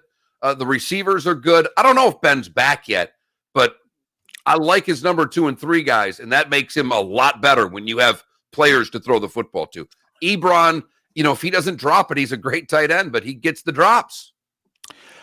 Mark, you mentioned wide receivers with Steelers. There is not an organization that does a better job of drafting because they very rarely draft a receiver in the first round. All their receivers are second, third plus round picks. And there is no better receivers coach in football than the Steelers one. They develop wide receivers better than any other organization. They really do, in my estimation. Boy, Baltimore's just picked up where they left off, haven't they? Yeah. By the way, to your point back on the Vikings quickly, because I mentioned the Lions, just looking at point totals, the Lions have scored 44 and given up 69. The Vikings have scored 45 and given up 71. I don't know how different those two teams are right now, David. Kirk Cousins, 113 yards passing with 3 interceptions yesterday. And the only reason they scored as many points as they did is they were playing 4 touchdowns down and made some sort of a comeback against Green Bay. But we never thought at any point that they were going to win. I mean, I never thought at any point they were coming back in that game. Did you agree with Romo? Overtime, Chargers, Chiefs. Chargers have 4th and 1 on their own 34. Anthony Lynn sends out the punter, and Romo is like, I don't know if you get the ball back. You're punting to Mahomes. And Nance said, especially since they've been on their heels for the last quarter and a half, and that they both kind of said, oh, this defense might be worn out. They've been on the field a lot here for the last hour. All right. If you were Anthony Lynn, overtime, 4th and 1 in your own 34, you going for it? Yes. Yes. I would have as well. Because the other side of that is you're not asking Mahomes, you're not telling Mahomes if you punt it, he's got to score 6. All he's got to do is get the ball to the 40-yard line and the game's over. Right, especially with their kicker. Right. Now, I will say it was a terrific punt, and he pinned him really deep, and he still forced him to drive about 55 yards. And they did. And they did. I mean, they're pretty good. Chiefs Ravens Monday night, by the way. This is the second year in a row that ESPN's arguably getting the best game of the year on paper anyway. I mean, Chiefs Ravens Monday night on the 4-letter network. That should do pretty well. I mean, I've got to tell you, for the final 3 games, we get stuck here. I'll tell you right now, because the best 425 game we're not going to see locally next week. It's Dallas and Seattle. Be prepared now. Oh, wait, why aren't you going to see it? Because the Bucs are at Denver. Oh, that's right. At the same time. That's so right. we won't see you, David, unless we No. have the package. Right. Just be prepared that locally you're going to get Bucs Denver at 425, not Dallas Seattle. But for the rest of the world, Cowboys Seahawks, Packers Saints, Monday night Chiefs Ravens. Yeah. If there were ever a week to play golf on a Sunday or do something with your family, you can get away with it. I mean, I know your team could be playing at 1. I get it. But man, oh man, outside of Texans Steelers, there are not a lot of juicy 1 o'clock games. And there sure as hell are really good games from then on. Don't worry, though. David gets Miami versus Jacksonville on Thursday night. I do, baby. Hello, NFL Network. Hello. Come on now. It's just a Jacksonville, Baton Rouge, Seattle weekend. All right, that's all. Listen, we said it. We're wrong about a lot. And when you do sports talk radio, you got to say a lot of things. But we're both Cam guys, and we both did say, is there something we should know? He's 31 years old. Is he broken down? Because otherwise, hello. Yeah, he's Cam I Newton. mean, What okay, are we Bears missing? fan right now, Nick Foles, Mitchell Trubisky, or Cam Newton? Who you want? I mean, just he looks pretty good, doesn't he? And Patriot fan, all right? How you doing with this? You all in? Or are you slowly, working your way towards this? How'd you starting to smile a little bit? Okay, you starting to dress a little differently? Are you? Wear your hair a little differently? Okay, pretend to do the Superman? Okay, just, as if you're Remember, stretching. Boston, they're struggling with this. It's going to take a couple Okay, more weeks. that's what I'm saying. I'm just saying, are you working? It. Right. Are you working on this in private, pretending as if you're just stretching and rolling your shoulders when really you're practicing your Superman? I mean, that's all. Right. Oh, just stretching. Right. That's all. How's it working? It just, you're like, maybe I don't need to see Jared Stidham for a while, like ever. Right? Right? You're okay with this. I know you lost on the 1 yard line yesterday, but guess what? They're fun, aren't they? They're fun. All right. I'm telling you right now, anybody else really looking for it, even if you don't have a dog in the fight, and even if you're going to be rooting for the Bills, anybody out there looking forward to Bills, Patriots? Because I sure am. I really am. Absolutely. I mean, that is the one thing. You know, the Patriots get 5 primetime games between Thursday and Sunday night and Monday. Right. With Jared Stidham, I don't know if it's something I'm getting excited to watch. No. Unless all of a sudden he's way better than we thought, and we're seeing like how Garoppolo was before he got hurt when Brady was suspended 4 games. But right now, with Cam Newton, they took Seattle to the last play. Yeah. David and I both think Seattle's going to the Super Bowl. Still a tough place to play, whether or not they have fans there or not. I will say, whatever Seattle's doing defensively right now, it's not working. I know they're 2-0, but the Falcons had over 500 yards of offense, and it's not like the Patriots had trouble moving the ball last night. I mean, so Jamal Adams is only one guy, and most of the other guys on the field not making a lot of plays. I can tell you that. Mark, they need a pass rusher desperately, and they're tough to find during a season. But Seattle needs to try desperately to get their hands on one.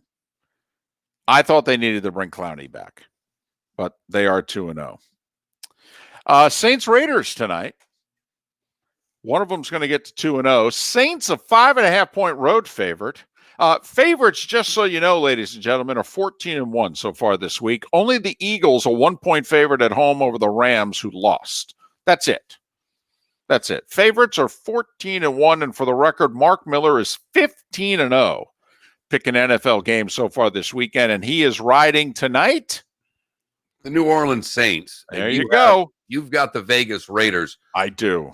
My only problem with this 15-0 is that, unfortunately, a backdoor cover cost me a 2-3 against the number. That would be the Bills. I also had just a lousy day in college, and you knew that was coming. At least I did personally. When you take Oklahoma State laying 22 against Tulsa, not only did right off the bat did Herb Street, like 4 seconds into the show, say he thinks Tulsa's going to give him a game, which had me a bit nervous. But then on the first drive, the Oklahoma State quarterback is injured and goes out of the game. And I went, ooh, well, that's not good. No, it's tough to cover with a backup quarterback. And he was terrible. Yeah. I mean, he was clearly the backup. Kid had no clue. I will say that Tulsa team, and you know, I mean, there's some good receivers for Oklahoma State. I don't know how good Tulsa is. They're D-backs, and they talked about it the whole game. They were big. They played great the whole game. It was pretty fun to watch. Tulsa almost pulled that one out. David went 1-3 against the number because Baylor and Houston was canceled. Correct. His only win was Arizona, not David's, but Miller and Moulton's Arizona Cardinals. The 2-0 Cardinals that both of us told you before the year we're going to go to the playoffs. That was his win. He lost on the Eagles game. He lost on Duke, and he lost the Louisville-Miami game. I had the Bills lose. I had the Bills and lost. App State, Oklahoma State won with Tampa Bay and UCF. Lee Sterling had a 3-2 week, including giving you UCF minus 7.5. He said he had his first 45-unit play of the week. He gave it to us for free. It was UCF. Text me right after the segment to tell us that, and they won. He also, his game of the week was Jacksonville. So Lee's now 2-0 on his games of the week, and he hit his big 45-unit play on the show. And by the way, all right, speaking of Jacksonville, the Fighting Maroons, considering the fact that, you know, that they were accused of, hey, it's a total teardown. They're tanking for, you know, the Clemson quarterback. And no, they're not. They've got a quarterback. And they're playing their you-know-what off for Doug Marrone. I'll tell you that. I don't know how good they are and all that, but, man, they are playing their blankety-blank off for him. Late pick cost Minshew. Threw for 339 yesterday with 3 touchdowns. He ended up with 2 interceptions. The reason they got rid of Fournette was this Robinson that they loved. He only ran for 102 yards yesterday on 16 carries. I thought they were going to come back and win that game yesterday and destroy people's survivor pools. Well, they did it last week, and I thought they were going to do it again. because they were a 9-point dog, biggest underdog on the board, even bigger than Carolina was in Tampa. And they came back from a 3-score deficit and had that game tied mid-fourth quarter. Good for Jacksonville with the way they have played early this season. David, one of the apps, it's called The Score. It's one of my favorite things for sports news. I think they do a really good job. I happened to look during the break. I just happened to flip to the news part of it for the NFL, and they have 10 key takeaways from week 2. I'm not going to bore you with all 10 because they're all relevant, but the third one simply says, Adam Gase, comma, LOL. That's one of their takeaways from the week. Yep. I am going to so win my bet with Seth Everett. He is not going to survive the year. There's no way. I'm telling you right now, Adam Gase does not survive the year. Quite the column from Steve Serby of the New York Post this morning, eviscerating Adam Gase and the product that the Jets are putting on the field. And when those columns are being written and it's not even fall yet, it makes for a very long year. Miller and Moulton. Jeff Cameron, who hosts his own show in Tallahassee, will head to our state capital. It is, after all, Florida State-Miami week, and the Noles head coach has COVID. So you got that going for you, which is always nice. Since it is Bill Murray's birthday, I just thought I'd throw that in there. Very good. I like that. Miller and Moulton, Southwest Florida's Fox Sports Radio. Hockey is back. Can cooler than ever from the first puck drop to the final buzzer. I love that Jeff Cameron was arrested for something. I don't know what. Tonight, Game 2 between the Tampa Bay Lightning. But I could use his mugshot as my pitcher. I wouldn't do that. It's playoff hockey from your body checking station. Southwest Florida's Fox Sports Radio. Lord Stanley's Cup is won right here. No matter where you're boating, with Towboat US, you're covered by the world's largest towing fleet with over 300 ports nationwide. Your local Towboat US companies in Charlotte, Lee, and Collier counties are here to help 24/7, 365 days a year. Inland, the river to Lake O, and out 75 nautical miles. And new membership pricing starts as low as $99. Call 239-945-1664 for more information, or visit towboatuscapecoral.com. With Towboat US, you're never stuck on the water. Are you ready to take your game and athletic training to the next level? Looking to improve your speed, posture, endurance, conditioning, and mental training for tennis or any sport? Reach your star potential at Academia Sanchez Casal, Florida, and Naples. Operated by tennis superstars. Olympic silver medalist Emilio Sanchez and Arantxa Sanchez, the former world champ with 14 Grand Slam titles. You won't get this level of training anywhere else. And now expanded to include highly stylized off-court hydro pool programs for ages 10 and up. World-class athletic trainer and founder of Hydro Athletics, Stephen DeViti, will coach you or your child through a unique program of high-intensity, low-impact, results-driven hydroathletic training using the latest in resistance technology and equipment, safely in compliance with CDC guidelines. Group or one-on-one sessions, short and long-term programs. It is fall tomorrow. That's why I threw that in, Foot and Fan. Absolutely. That's why I threw that in. And we're with you, Spits on Sports. The Noles Canes line, not double digits. It's screaming out at you. This game's going to be closer than you think. Because don't you think that line's going to be double digits by kickoff, 10.5, 11?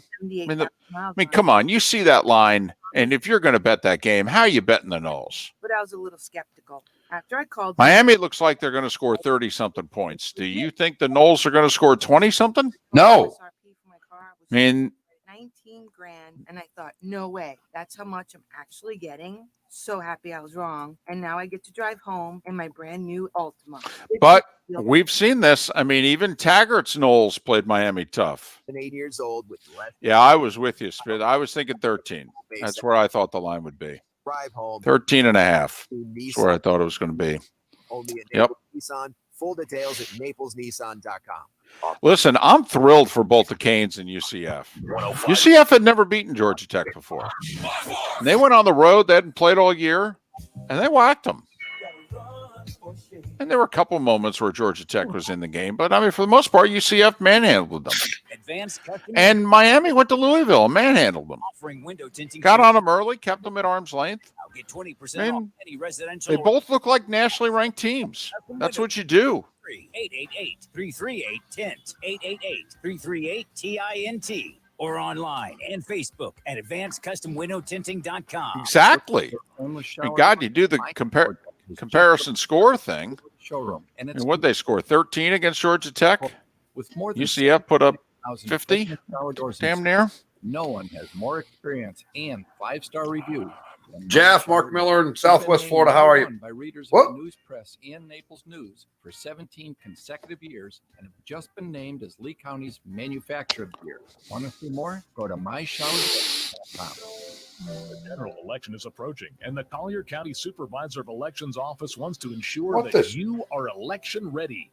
Citizens can visit colliervotes.com to register to vote online, check their voter registration status, and update their party affiliation. Well, the problem for NASCAR, you had the U.S. Open on NBC, and then you had the game one of the Stanley Cup Finals. Visit Collier Votes. Yeah, no kidding. Literally, I started talking. I got the call failed beat. Sorry about that. We're going on in like 15 seconds. Election ready. All right. Thanks, man. All right, now we're getting somewhere. This is Miller and Moulton. You're live.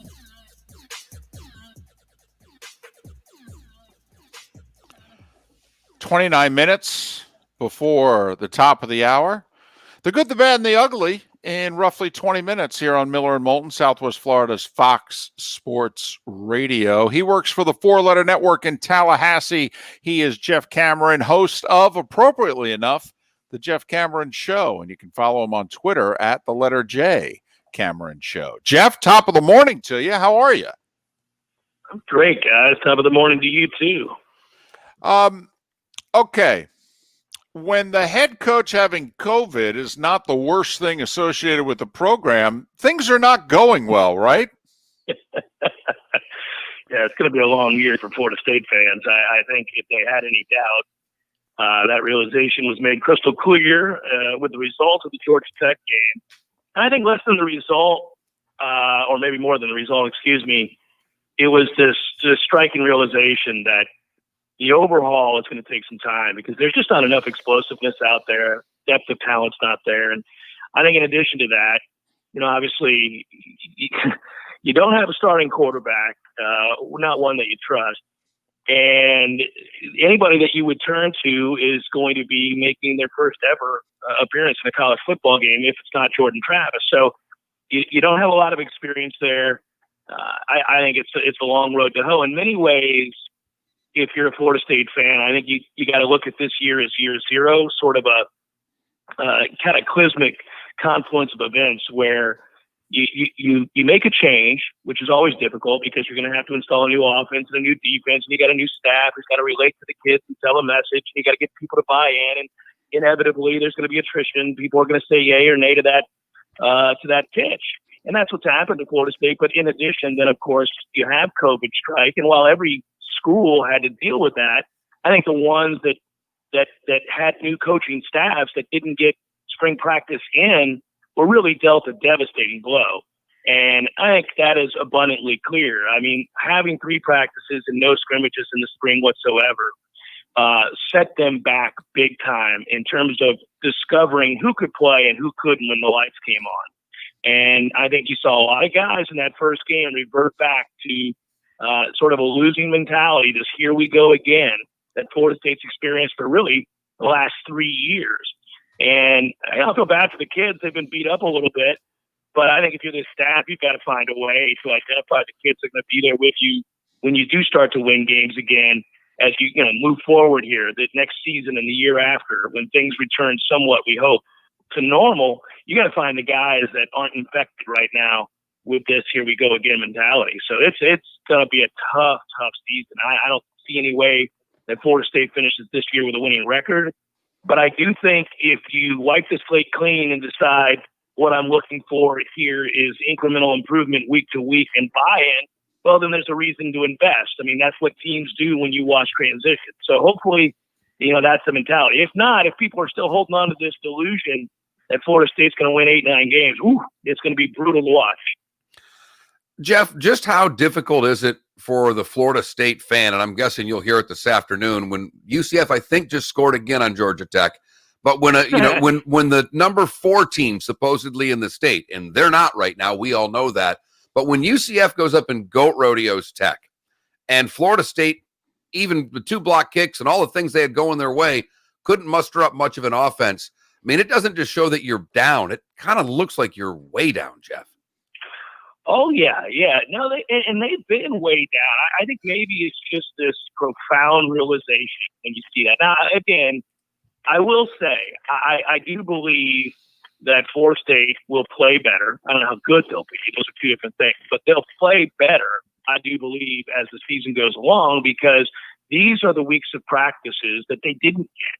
So I think you'll start to see now a team start to marginally improve each week. Now, there are certain personnel groupings that they just can't fix overnight. You got to raise the floor through recruiting, and they're also being hurt by all of this with the inability to have kids come on campus and to make visits.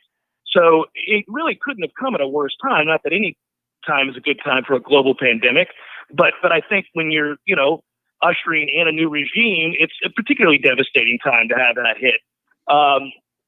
It does look that way. Now, I think if you're a Florida State fan, you watch that game, you said, all right, it's a 7-point game in the fourth quarter, Georgia Tech's hanging in there. But at the end of the day, you're not wrong. UCF had over 600 yards of offense and 49 points.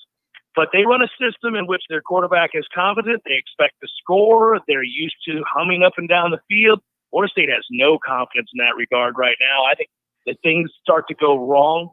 Everybody kind of looks around like, are we doing this again?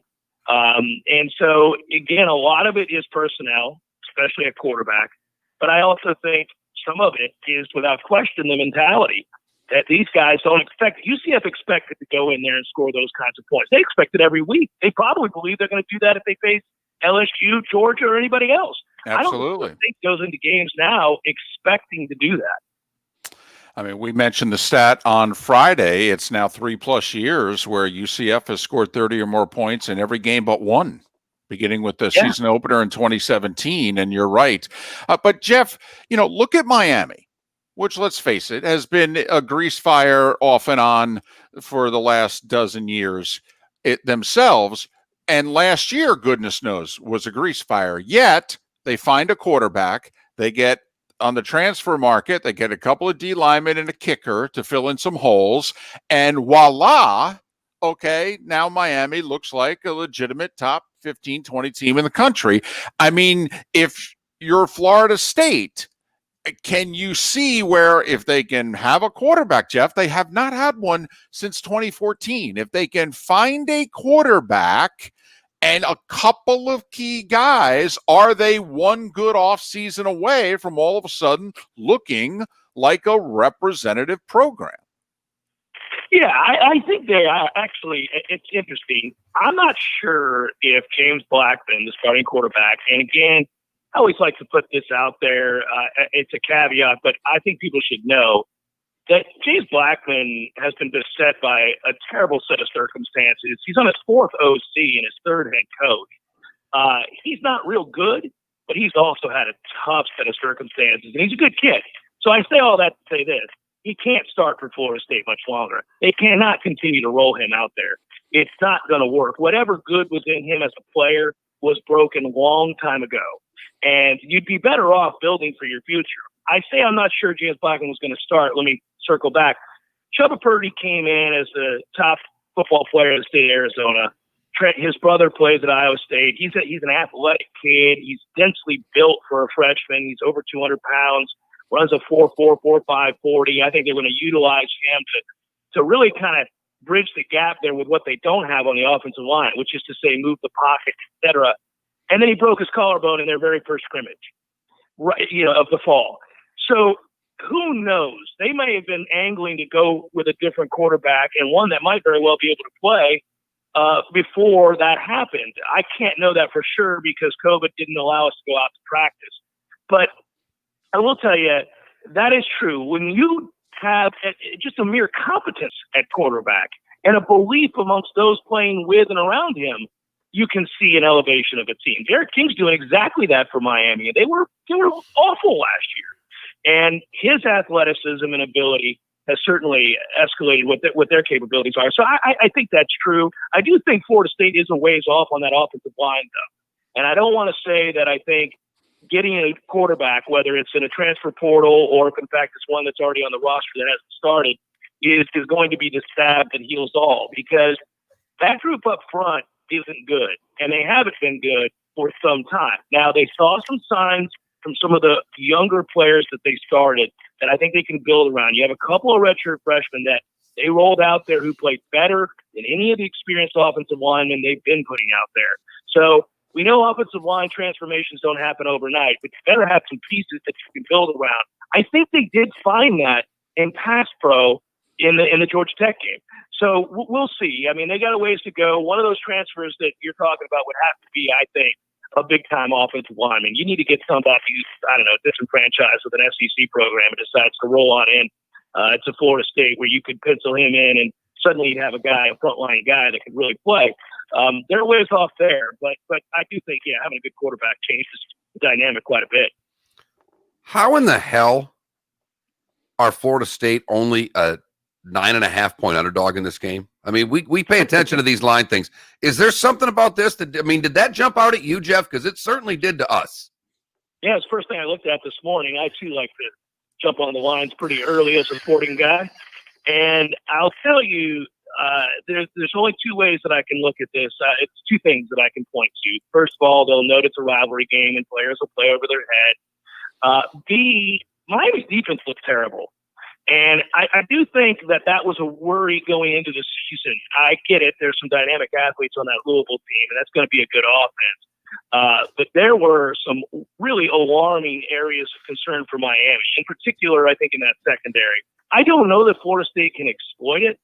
I do know that having the bye week in between that Georgia Tech game and this game, I think we'll see them put together a game plan that gives them a fighting chance. I think Florida State, the one thing I will say, they're not going to win this game, but I will say defensively, I think they have a chance to be pretty darn good. I know that you would look at the Georgia Tech game and you'd see 5.8 yards per play and you'd say otherwise. That's fair, but they didn't play fast. They played like they were thinking. And if you look at the personnel isn't terrible. They don't have an elite rush in. They're average at linebacker. They're deep in the secondary. They're really good in the interior of the defensive line. If they can force Miami to have to drive the football 10, 12, 14-play drives, they got a chance to shorten the game and make it reasonably interesting. Maybe Vegas is looking at that. And historically, there have been some bad Miami teams that have played some good Florida State teams really tough and vice versa. So I think the line is what it is because Vegas is looking at the history, not because they're looking at tape from the early part of the season. Jeff, stay safe. Be well. You do the same. It's always a pleasure. Be well. Jeff, thank you very much. All the best to Jeff Cameron. Afternoons, 97.9 ESPN in Tallahassee. Follow him on Twitter, the letter J, Cameron Show, the letter J, Cameron Show. Jeff Cameron joining us here on Miller and Moulton. It is Canes Knowles week. We've got the game for you. We have a nice Saturday of college football. We got the Notre Dame game early. I have 11:30 pregame, noon kick against Wake Forest, and then at night we've got the Knowles and the Canes. We've got a good Saturday for you here on Southwest Florida's Fox Sports Radio. We got the game 2 of Lord Stanley's Cup tonight, Stars and the Lightning also. So we got that going for you, which is nice. And we also have the good, the bad, and the ugly. It's something we do every day to finish up the show. We'll do that next before we get ready for the bonus Twitch Hour. Breaking down the Big Ten in the bonus Twitch Hour. No, I don't know if that's going to happen. Yes, it was good alliteration. And Big Moulton and I love schedule release. That's and what we're doing. Boy, oh boy, like someone in the Twitch chat room pointed out, Nebraska, for all your bitching, we're going to give you Ohio State and Penn State. Yeah. Thanks. Like you. Right, exactly. You want to leave this conference? Take this with you. Miller and Moulton. Watch us right there at twitchtv.Miller and Moulton. Welcome to the program. Or twitch.tv/Miller and Moulton. Whatever. One or the other. Just figure it out. You know the particulars. Come on. Now, he did target him 10 times, but he had Who do the Knowles beat this year? Yeah, right now, over, under. If it was 3.5, I'd go under. All right, I'm looking at opening lines here, David, and I don't know if there's still this. Can I just give you 2 numbers, and I got to figure out the rest of this stupid segment in a second? But Pitt's a 5.5-point favorite over Louisville. Did anybody watch Pitt play Syracuse? They're awful. I mean, I know they won, but Syracuse is a grease fire. So that one is a little interesting off the bat. Landry's offline? Huh. Why is Landry offline? Oh, because if it's offline, we're not doing a bonus hour. No, that's on me. Damn it. What did I screwed up. Hi, Dr. Mark here. I put us on YouTube this morning by mistake, hitting buttons. This is what happens when you're doing crap way too early. God damn it. For one of our award-winning service plans. We're a family company, and for over 40 years, we've been doing business right. The prescription is the Pool Doctor for award-winning pool service, repairs, and unheard of $39 diagnostic calls. That's mypooldoctor.com or 239-574-1133. State certified CPC. I hate Mondays. I suffered with plantar fasciitis for almost 20 years. Yeah, you got that right, Foot and Fan, about Scott Frost. His dad dies, and they give him Ohio State, Penn State. Plantar fasciitis. I'll tell you what, if you're in Nebraska, you're like, boy, we didn't get treated this bad in the Big 12. And we left there because of how badly we were treated. Ports. I've been through surgeries, foot injections. I was trying all different things. Iowa lost the Ohio State game, though, right? Didn't they? Your foot pain. We nailed that one, right? Didn't Iowa lose the Ohio State game? I don't know. I don't have them all in front of me right now. Why not? Give it a try. They wanted to make sure that they gave me the right arch support for my feet. Then it was like, okay, this is different. These make a difference. I don't have foot pain anymore. I'm so glad I'm at good feet. It changed. See, this is the problem. One of the major problems with college athletics, Nebraska wants the Big Ten money, but they want to be in the Big 12. And their fan base wants to be back in the Big 12. But they need the money from the Big Ten. It's the same thing with the Syracuses, Pitts, and Boston colleges of the world. That is sports talk. You know what? They don't want to be in the ACC. No, their fans don't want to be in the ACC. They Maryland doesn't want to be in the Big Ten. No, but they were broke. And it was either go to the Big Ten or literally not be able to survive. Same with Rutgers. Rutgers wants to be in the Big East, which doesn't exist anymore for football. 365 days a year. Inland, the river to Lake Hope. My mom asked me last night or Saturday, when's Rutgers going to be, good in football under Schiano? I go, it's going to take 4 years to be decent. With Towboat US, you're never stuck on the water. I'll tell you what, though, and nobody wants to hear this, but whatever it is you think UCF can be in football, that's exactly what Rutgers can be. It really is. What was that, David? That I said, whatever it is you think UCF can be in football, in terms of being able to get their hands on talent, that is exactly what Rutgers can be. It is. The UV light. The power of this lens is previewed and adjusted after cataract surgery. I am telling you. Trust the experience of Dr. Jonathan It's Grant, this team of surgeons. talent is not the problem And enjoy within a 100-mile circle. after It isn't. surgery with the light adjustable New light. Jersey's right up there with Louisiana You qualify. Dial **20 in terms of producing talent. 239-418-0999. It's a lot of people that live in that small piece of real estate. From the best headlines, the best, to the worst. It's the worst thing that ever happened to anybody ever. Prepare yourself and hide the women and children. This is Mark Miller's Good, Bad, and Ugly on Fox Sports Radio. You're live. Wow. Forgot to put the whole thing up there all that time, Dave. We got to have the screen look right, For the good today, we go to Gloria Scott's house. She lives in Woburn, Massachusetts, and she's on a limited income, fixed income, but her overhead light fixture went out, and she said she'd have to take the hit and get it fixed. That's when she called John Kinney, an electrician. When he came to look at it, he was just saddened by the state that the house was in. He couldn't get it out of his head. No lights, no running water. And it just stuck with him. So he went back and started working on other things free of charge. Then he set up a nice old lady needs help Facebook page to solicit other tradespeople. Well, so far, new electrical and plumbing system, new windows, extensive repairs to walls, ceilings, front step, and porch, all done for free because this guy's a good human. That's fantastic. It really is. It really is. For the bad, we go to Wisconsin, where James Sedna was hanging out in Racine at the beach at the Samuel Myers Park when he saw a brick-shaped package wrapped in aluminum foil with a pink rubber band wash ashore. He figured drugs, money, something good. Curiosity did get him to open up, and he opened up a brain. Along with pink flowers and foreign money. Fortunately, the brain came from an animal, not a human. Oh, but still. And apparently, it may have part of a send-off ritual for the dead, which includes items that they can use in the afterlife. But no one could explain the brain. He said, imagine if a kid or a grandma did it. He goes, I'm 47 and I'm freaked out about it.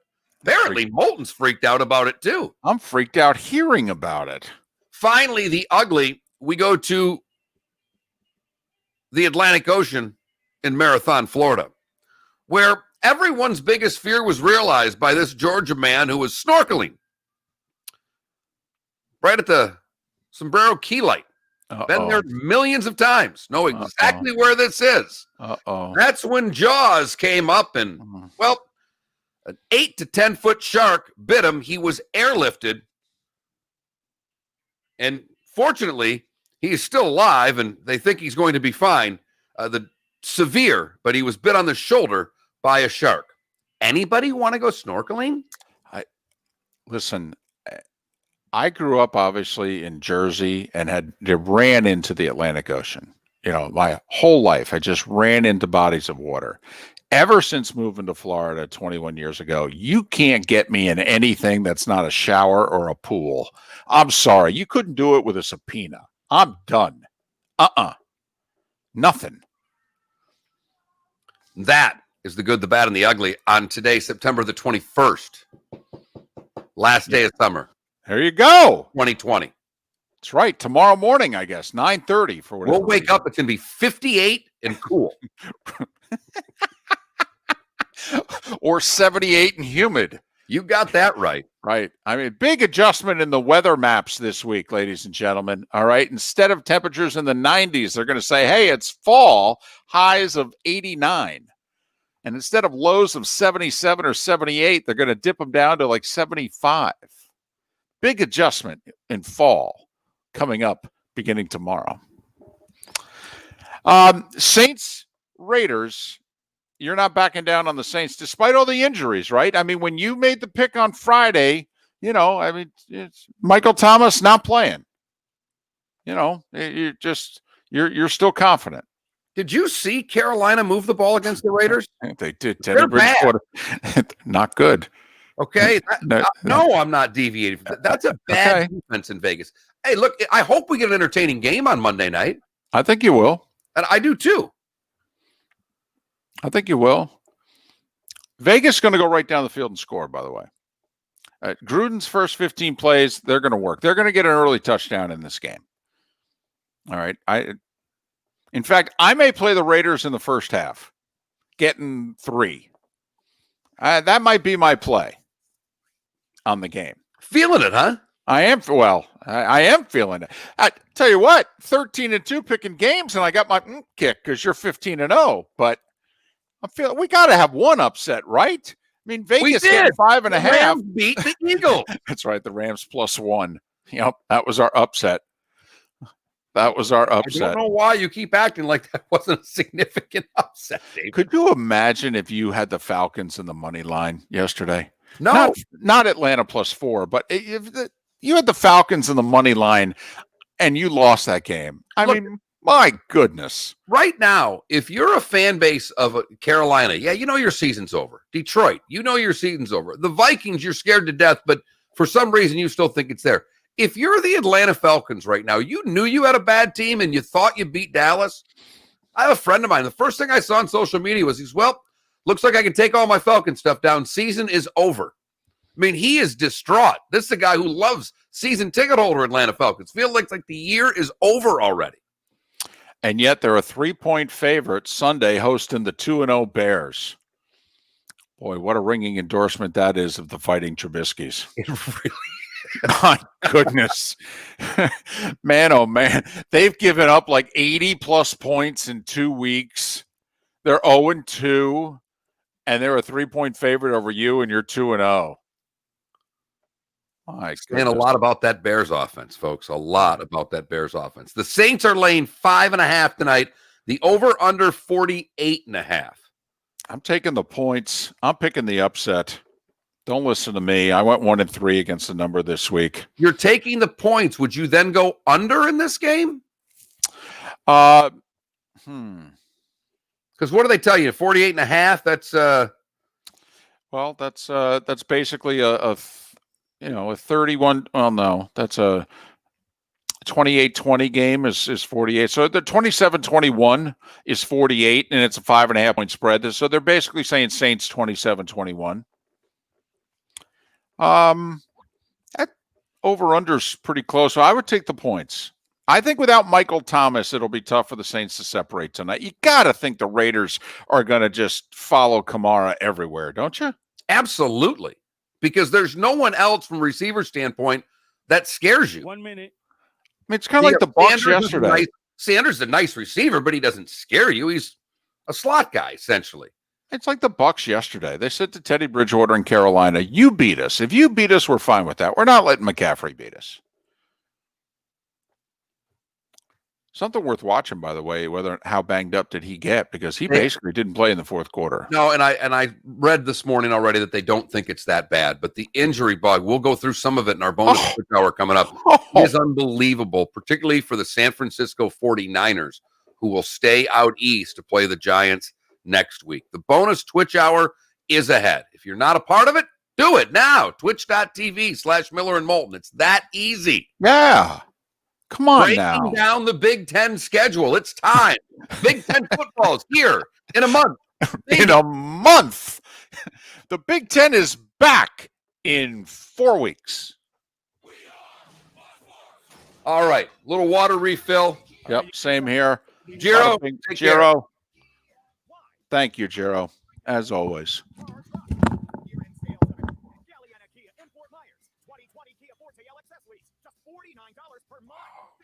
A new car for just $49 per month. 2020 Kia Rio, just $13,990.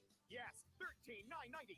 Worried about your credit? Don't sweat it. Galliana Kia has lenders to get almost anyone approved. Plus, we'll take any trade in any condition, even if you're upside down. Why? Why buy an overpriced used car when you can buy a new car for less? Brand new Kias, just $49 per month. You should be driving a Kia from Galliana. Galliana Kia. Model year in sales event going on now at Galliana Kia. 1/2 mile south of Daniels Parkway on US 41 in Fort Myers. Open every day, including Sunday. Call 239-481-2600. GallianaCars.com. 24-month lease, 12,000 miles per year, $39.99 to assign plus tax title dealer and acquisition fee. 0 security deposit with lender approval expires Monday. The general election is approaching, and the Collier County Supervisor of Elections office wants to ensure that you are election ready. Citizens can visit colliervotes.com to register to vote online, check their voter registration status, and update their party affiliation. You must be registered to vote by October 5th in order to participate in the next election, so do not delay. Visit colliervotes.com today. That's colliervotes.com and be election ready. For professional roofing, the name you need to know is D.R. Martineau. Dan Martineau here, owner of D.R. Martineau Roofing of Southwest Florida. I've been repairing and replacing roofs for 27 years. We operate with integrity, knowledge, and service. Google DRM Roofing or call 239-332-1441. License number CCC 1326954. For professional roofing, the name you need to know is D.R. Martineau. WFSX AM from Naples to Cape Coral and all of Southwest Florida. 94.1 Fox Sports Radio. We are Fox.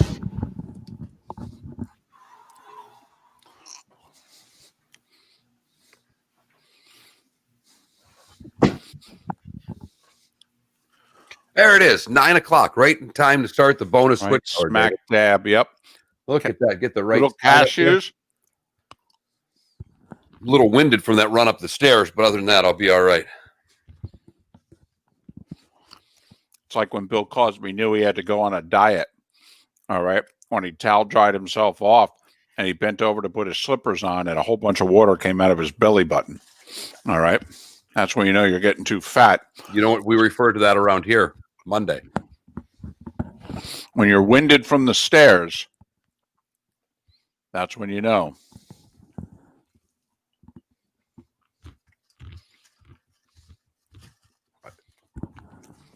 Well, Foot and Fan, here's the thing, though. Yeah, okay, nobody, quote-unquote, wants them. But you want to, if you're the Big 12, I think you need to keep Oklahoma and Texas, or you're no longer a conference. I'm just wondering at what point do you need to make the argument? You sit down with Oklahoma and Texas and go, you guys aren't the problem. But, we need more meat on the bone. I don't know what. Now, I know it could make your life a little more difficult, but I don't know what to tell you. We need a better schedule. Here's the thing that I would find, what I'd love to find out. We might be able to get this today. At 12 noon on Fox was Oklahoma State, and I know we're in Florida, but I would love to see the national numbers of Fox at noon versus ABC at noon. That right there, if I'm right, and I think I am, I think more people watched UCF. I think they were on at 3:30, but I know what you're saying. Okay, but regardless, yeah, they were. I'm sorry. The 3:30 ABC game, the noon Fox game. Show me those ratings. If they're close, and if in fact I'm right, and UCF, Georgia Tech outdrew Oklahoma State and Tulsa, then I am very much going to, then I'm calling.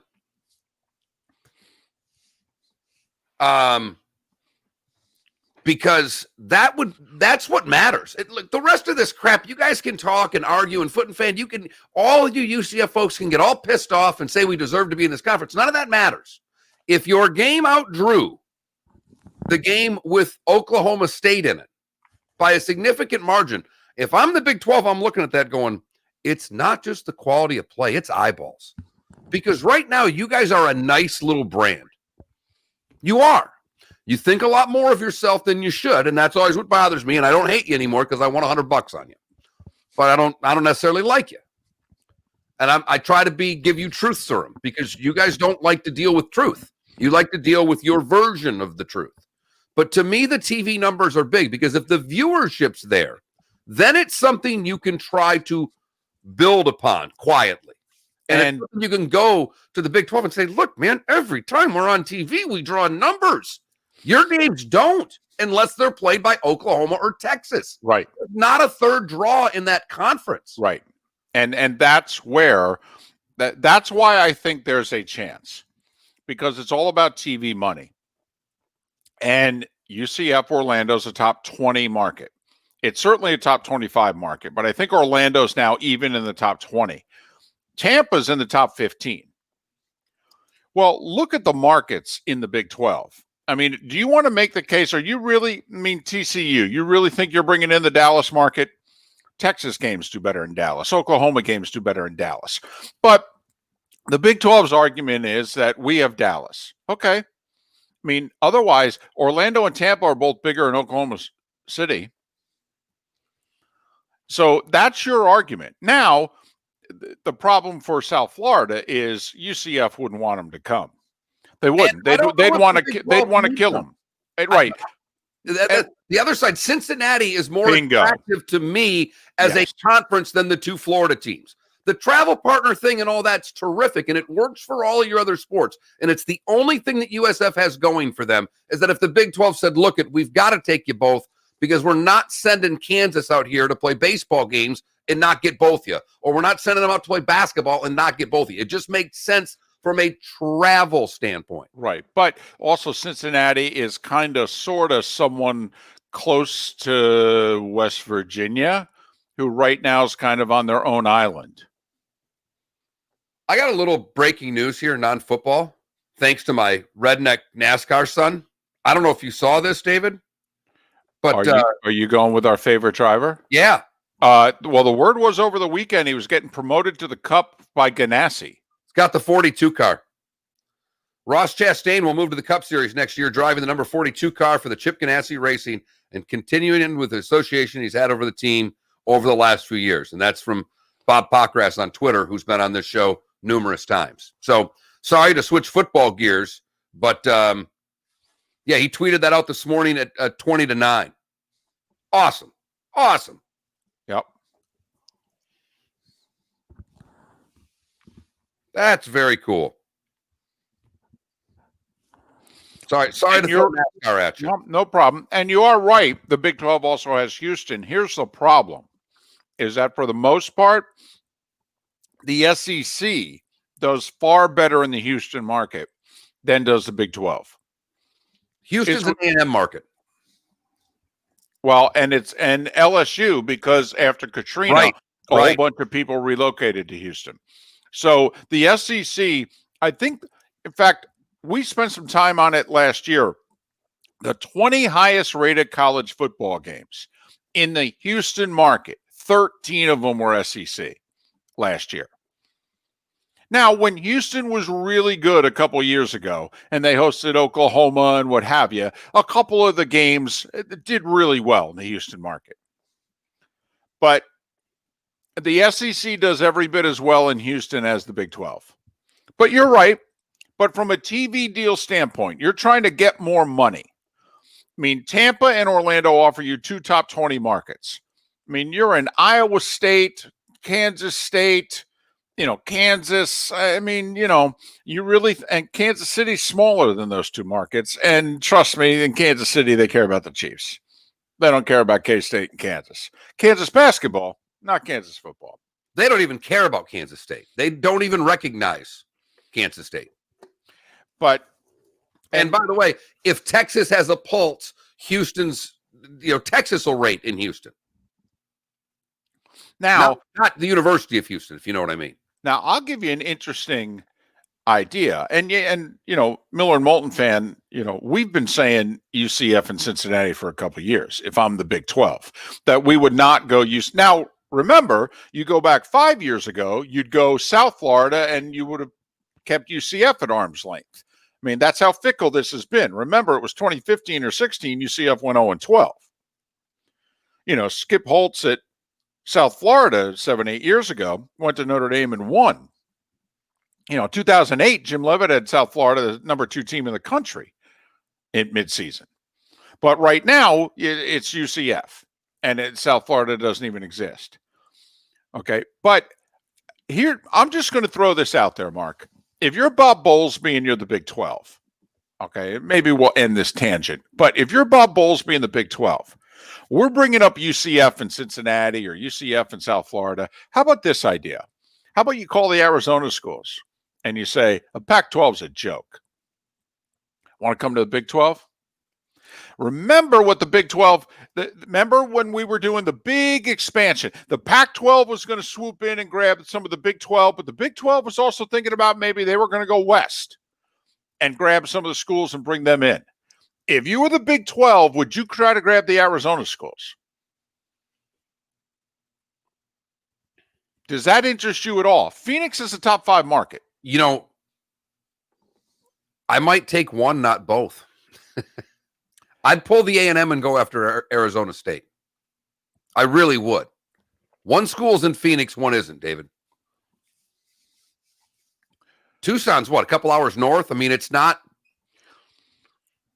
Arizona State's the school in that state. It's the first one most. I know Arizona State. Arizona's had some good basketball, but Arizona State's the school. That's the party school. Mickelson went there. It's right there in Phoenix. It's the mountains. It's beautiful. We've all seen the look. We've seen Super Bowls played there. Arizona State's the school you get. I love where you're going with that, though. Just an idea. Do you actually head west? Let me give you a quick, fun tweet about our favorite coach. Manish Mehta. Is it Mehta? Mehta. Manish Mehta. Daily News, right? New York Daily News. Been on the show, covers the Jets. Really Fine reporter, does a good job. Adam Gase is now 30-37 as a head coach. He has 29 double-digit losses, at least 24 losses by at least 22 touchdowns. So he loses 1 out of every 3 games by at least 14 points. And then he is brilliant with a link to his article, because brilliant is what the interim owner referred to Adam Gase as. Just south, sorry, my directions. But okay, 2 hours south of Phoenix. So but my point is it's not the team in the Phoenix area, if you know what I mean. Arizona State is. Right. Would be interesting, though, if in the state, could you get away with it politically and that sort of deal, But, yeah, just an idea. Just an idea. I think if you're the Big 12, you need to think your future. You need to think about your TV package. You need more meat on the bone. And the reason why I think if the Arizona schools got pursued is, don't you, if you're in the Pac-12 right now, really have to question your future TV deals? Post Larry Scott, because I don't think Larry Scott's going to negotiate the next TV deal. I think they're going to get rid of him between now and then. Don't you have to worry in the landscape of college sports what your TV deal is going to look like? You may have to, for money purposes, go the Yahoo, Google route, which will reduce your exposure even more. Put more money in your coffers, but reduce your exposure even more. Where you're taking the huge risk of, are you going to be the trendsetter? I mean, Mark, think about it. We are expanding our reach. We're emphasizing MillerandMoulton.com. Here we are doing a bonus Twitch hour. If you're the Pac-12, are you going to be the conference out of necessity or out of, we're going to be the first to do it? We're going to be the ones that we're investing.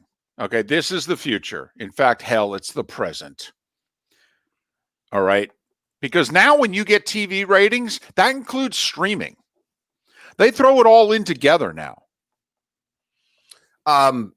Miller and Moulton fan says, ASU would reply, and so is the Big 12. Yes, but if you're Arizona State right now in football, you walk into the Big 12 thinking you're the third best team off the hop.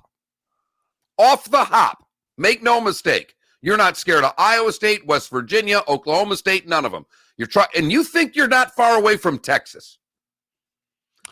In the Pac-12, you've got to deal with USC, Oregon, Washington, Stanford, Utah. Now, the big question is you take a look and go, are we still going to be able to get California kids if we go to the Big 12? Because that's where they're getting their kids from.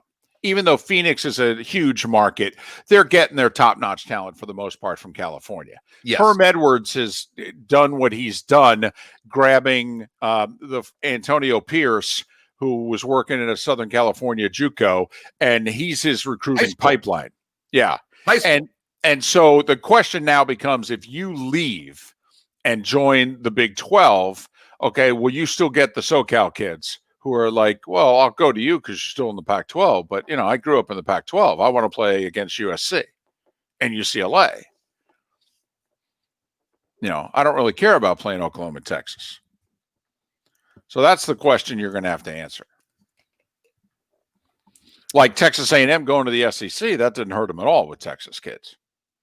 Texas kids went, a little bit of into the fact that half of Louisiana ended up moving to Houston following Katrina. So there was something to maybe not getting recruited by LSU, but playing against LSU.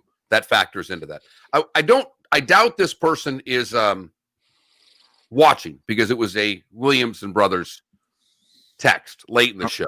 Okay. But I want to ask this question since we can transition to our Big Ten talk that we're going to have. He was mad at one of us, and I don't know which one. I don't know which of us said it, David, so I'm not trying to cast or take blame for something that both of us think. They never once said they were leaving the conference.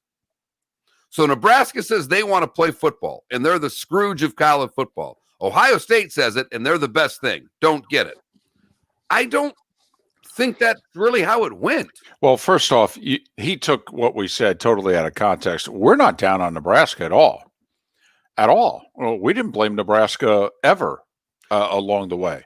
Okay, we're just saying that the conference stuck it to them. It did. I don't know what to tell you. You know, I mean, the conference did. And Nebraska, all right, there were overtures, or there were whispers, rumors. I mean, hell, you had somebody officially with the university who talked about playing elsewhere. Okay, yeah, Nebraska, Spits on Sports says, Nebraska was going to go to court. Right? So, I mean, we didn't make all this stuff up. Okay, but, I mean, you guys were pissed off. Let's just say what it was. You were pissed off when they weren't going to play. You voted to play. You were one of the 3. You thought it was ridiculous. You said, well, hey, we came to the, you didn't say this publicly, but this is what you meant. Hey, we came to the Big Ten for the money. Now we're going to come here. We're going to lose $100 million in a season. No offense. We could have stayed in the Big 12. Wouldn't have lost any money. I basically said I'd put up with Texas's crap if it means playing. And the Big Ten decided to make sure. And by the way, we were on your side. We thought that what the Big Ten was doing was ridiculous. I mean, my whole thing was, I can't believe they're not trying. If you try and COVID wins, you go, hey, we tried. The virus won. But the fact that they just said, no, we're not even trying. It's like, well, wait a minute. And what we're talking about is that the road games this year, or I guess the crossover games, were at Rutgers, at Ohio State, and home for Penn State. Now, you would think that they might just give Nebraska a nice off game and let them play Penn State at home and go to Rutgers. But what they decided to do is take Rutgers off the schedule and make sure they got both Ohio State and Penn State. Right. So they took the win. They took the guaranteed win on their schedule, and they said, nah, I don't think so. It is fascinating. Right. Now, I believe, and we were joking almost a week ago when the word was, hey, they're going to play. And we were taking a look at schedules, and we said, this isn't that complicated if they don't want to make it complicated. Because the Big Ten normally plays 9 conference games. Well, obviously now they're only going to play 8. That means 4 and 4. So it's real simple. Take a look at a team's, if they have 5 road games, well, they're going to lose one of them. Just like if you have 5 home games, you're going to lose one of them. Well, they're not going to change the interdivision games. So you're really only looking at one of 2 games is going to go away. It's going to be the crossovers. Well, one of 3. And so one of those 3 is going to go away. And it's either the extra home or an extra road. So we thought it was real easy to figure out. Like, I haven't taken a close look at the Big Ten schedule, but we, by process of elimination, said Iowa was going to lose the at Ohio State game. Did that happen? I'm trying to get where I can get the whole thing up for me. I thought that it did, David. I thought that it did. By process of elimination, we're like, they're going to take the Ohio State game away from Iowa. That's a good day for Iowa.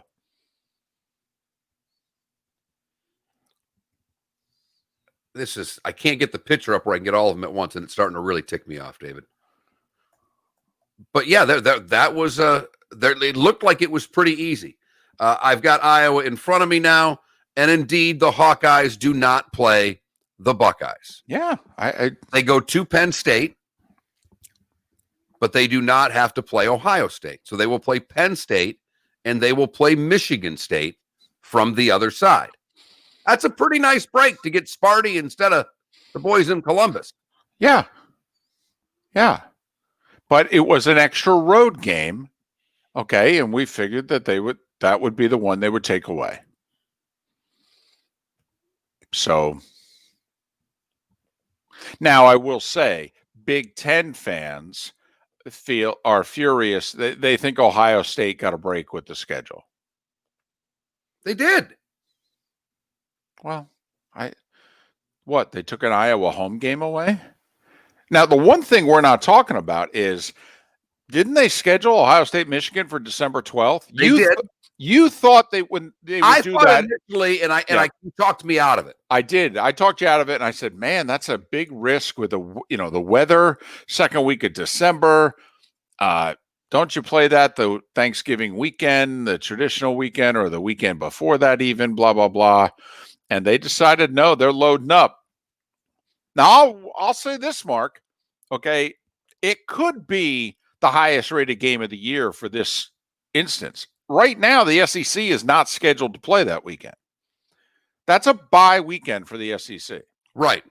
The only way they play games that weekend is if some games have been canceled because of COVID and they have to be made up. So they're going up against Army Navy right now is what they're going up against. And maybe somebody's playing their conference championship game that weekend. That's the other domino to drop here, and expect it to drop sometime this week. What do the Pac-12 and Mountain West do? Because now they're both scrambling to play.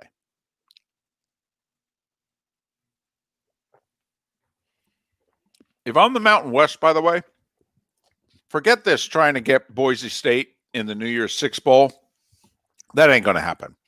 First off, because you're only going to be able to play 8 games, and the AAC schools are going to play 10 or 11. So you're not getting in the New Year's Six. You know what I would do if I was the Mountain West? I'd pair myself up with the Pac-12. Whenever it is they're starting, I would say, hey, you want non-conference games? Play them against us.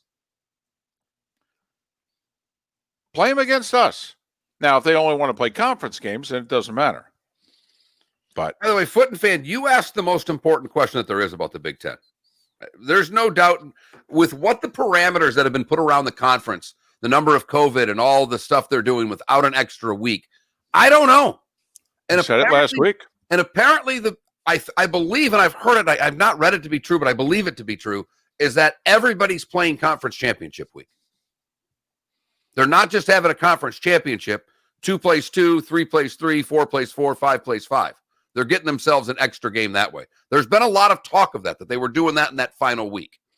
So they're going to have a conference championship game, and then also all the others are going to play a 9th game? Well, I don't know if they're going to play a night game. I don't know how that's going to work. Well, a 9th game, I meant. A night, yes. So the 2 1s will play each other, and then 2, 2, 3, 3, 4, 4, 5, 5, 6, 6, 7, 7. Which could be rematches also. I mean, could be in certain cases. That they were talking about that a lot. Now, I don't know if that's happened. Boy, on December 19th in Big Ten country, from a weather standpoint, that's interesting. People do love their football in the snow from a television product standpoint. Oh, it looks great. They love it. I absolutely love it. It looks great. But, yeah, we brought this up last week when the schedule came out. We were surprised they didn't start a week sooner, October 17th, to give themselves a week. 9 weeks to play 8 games. Because no margin of error. I mean,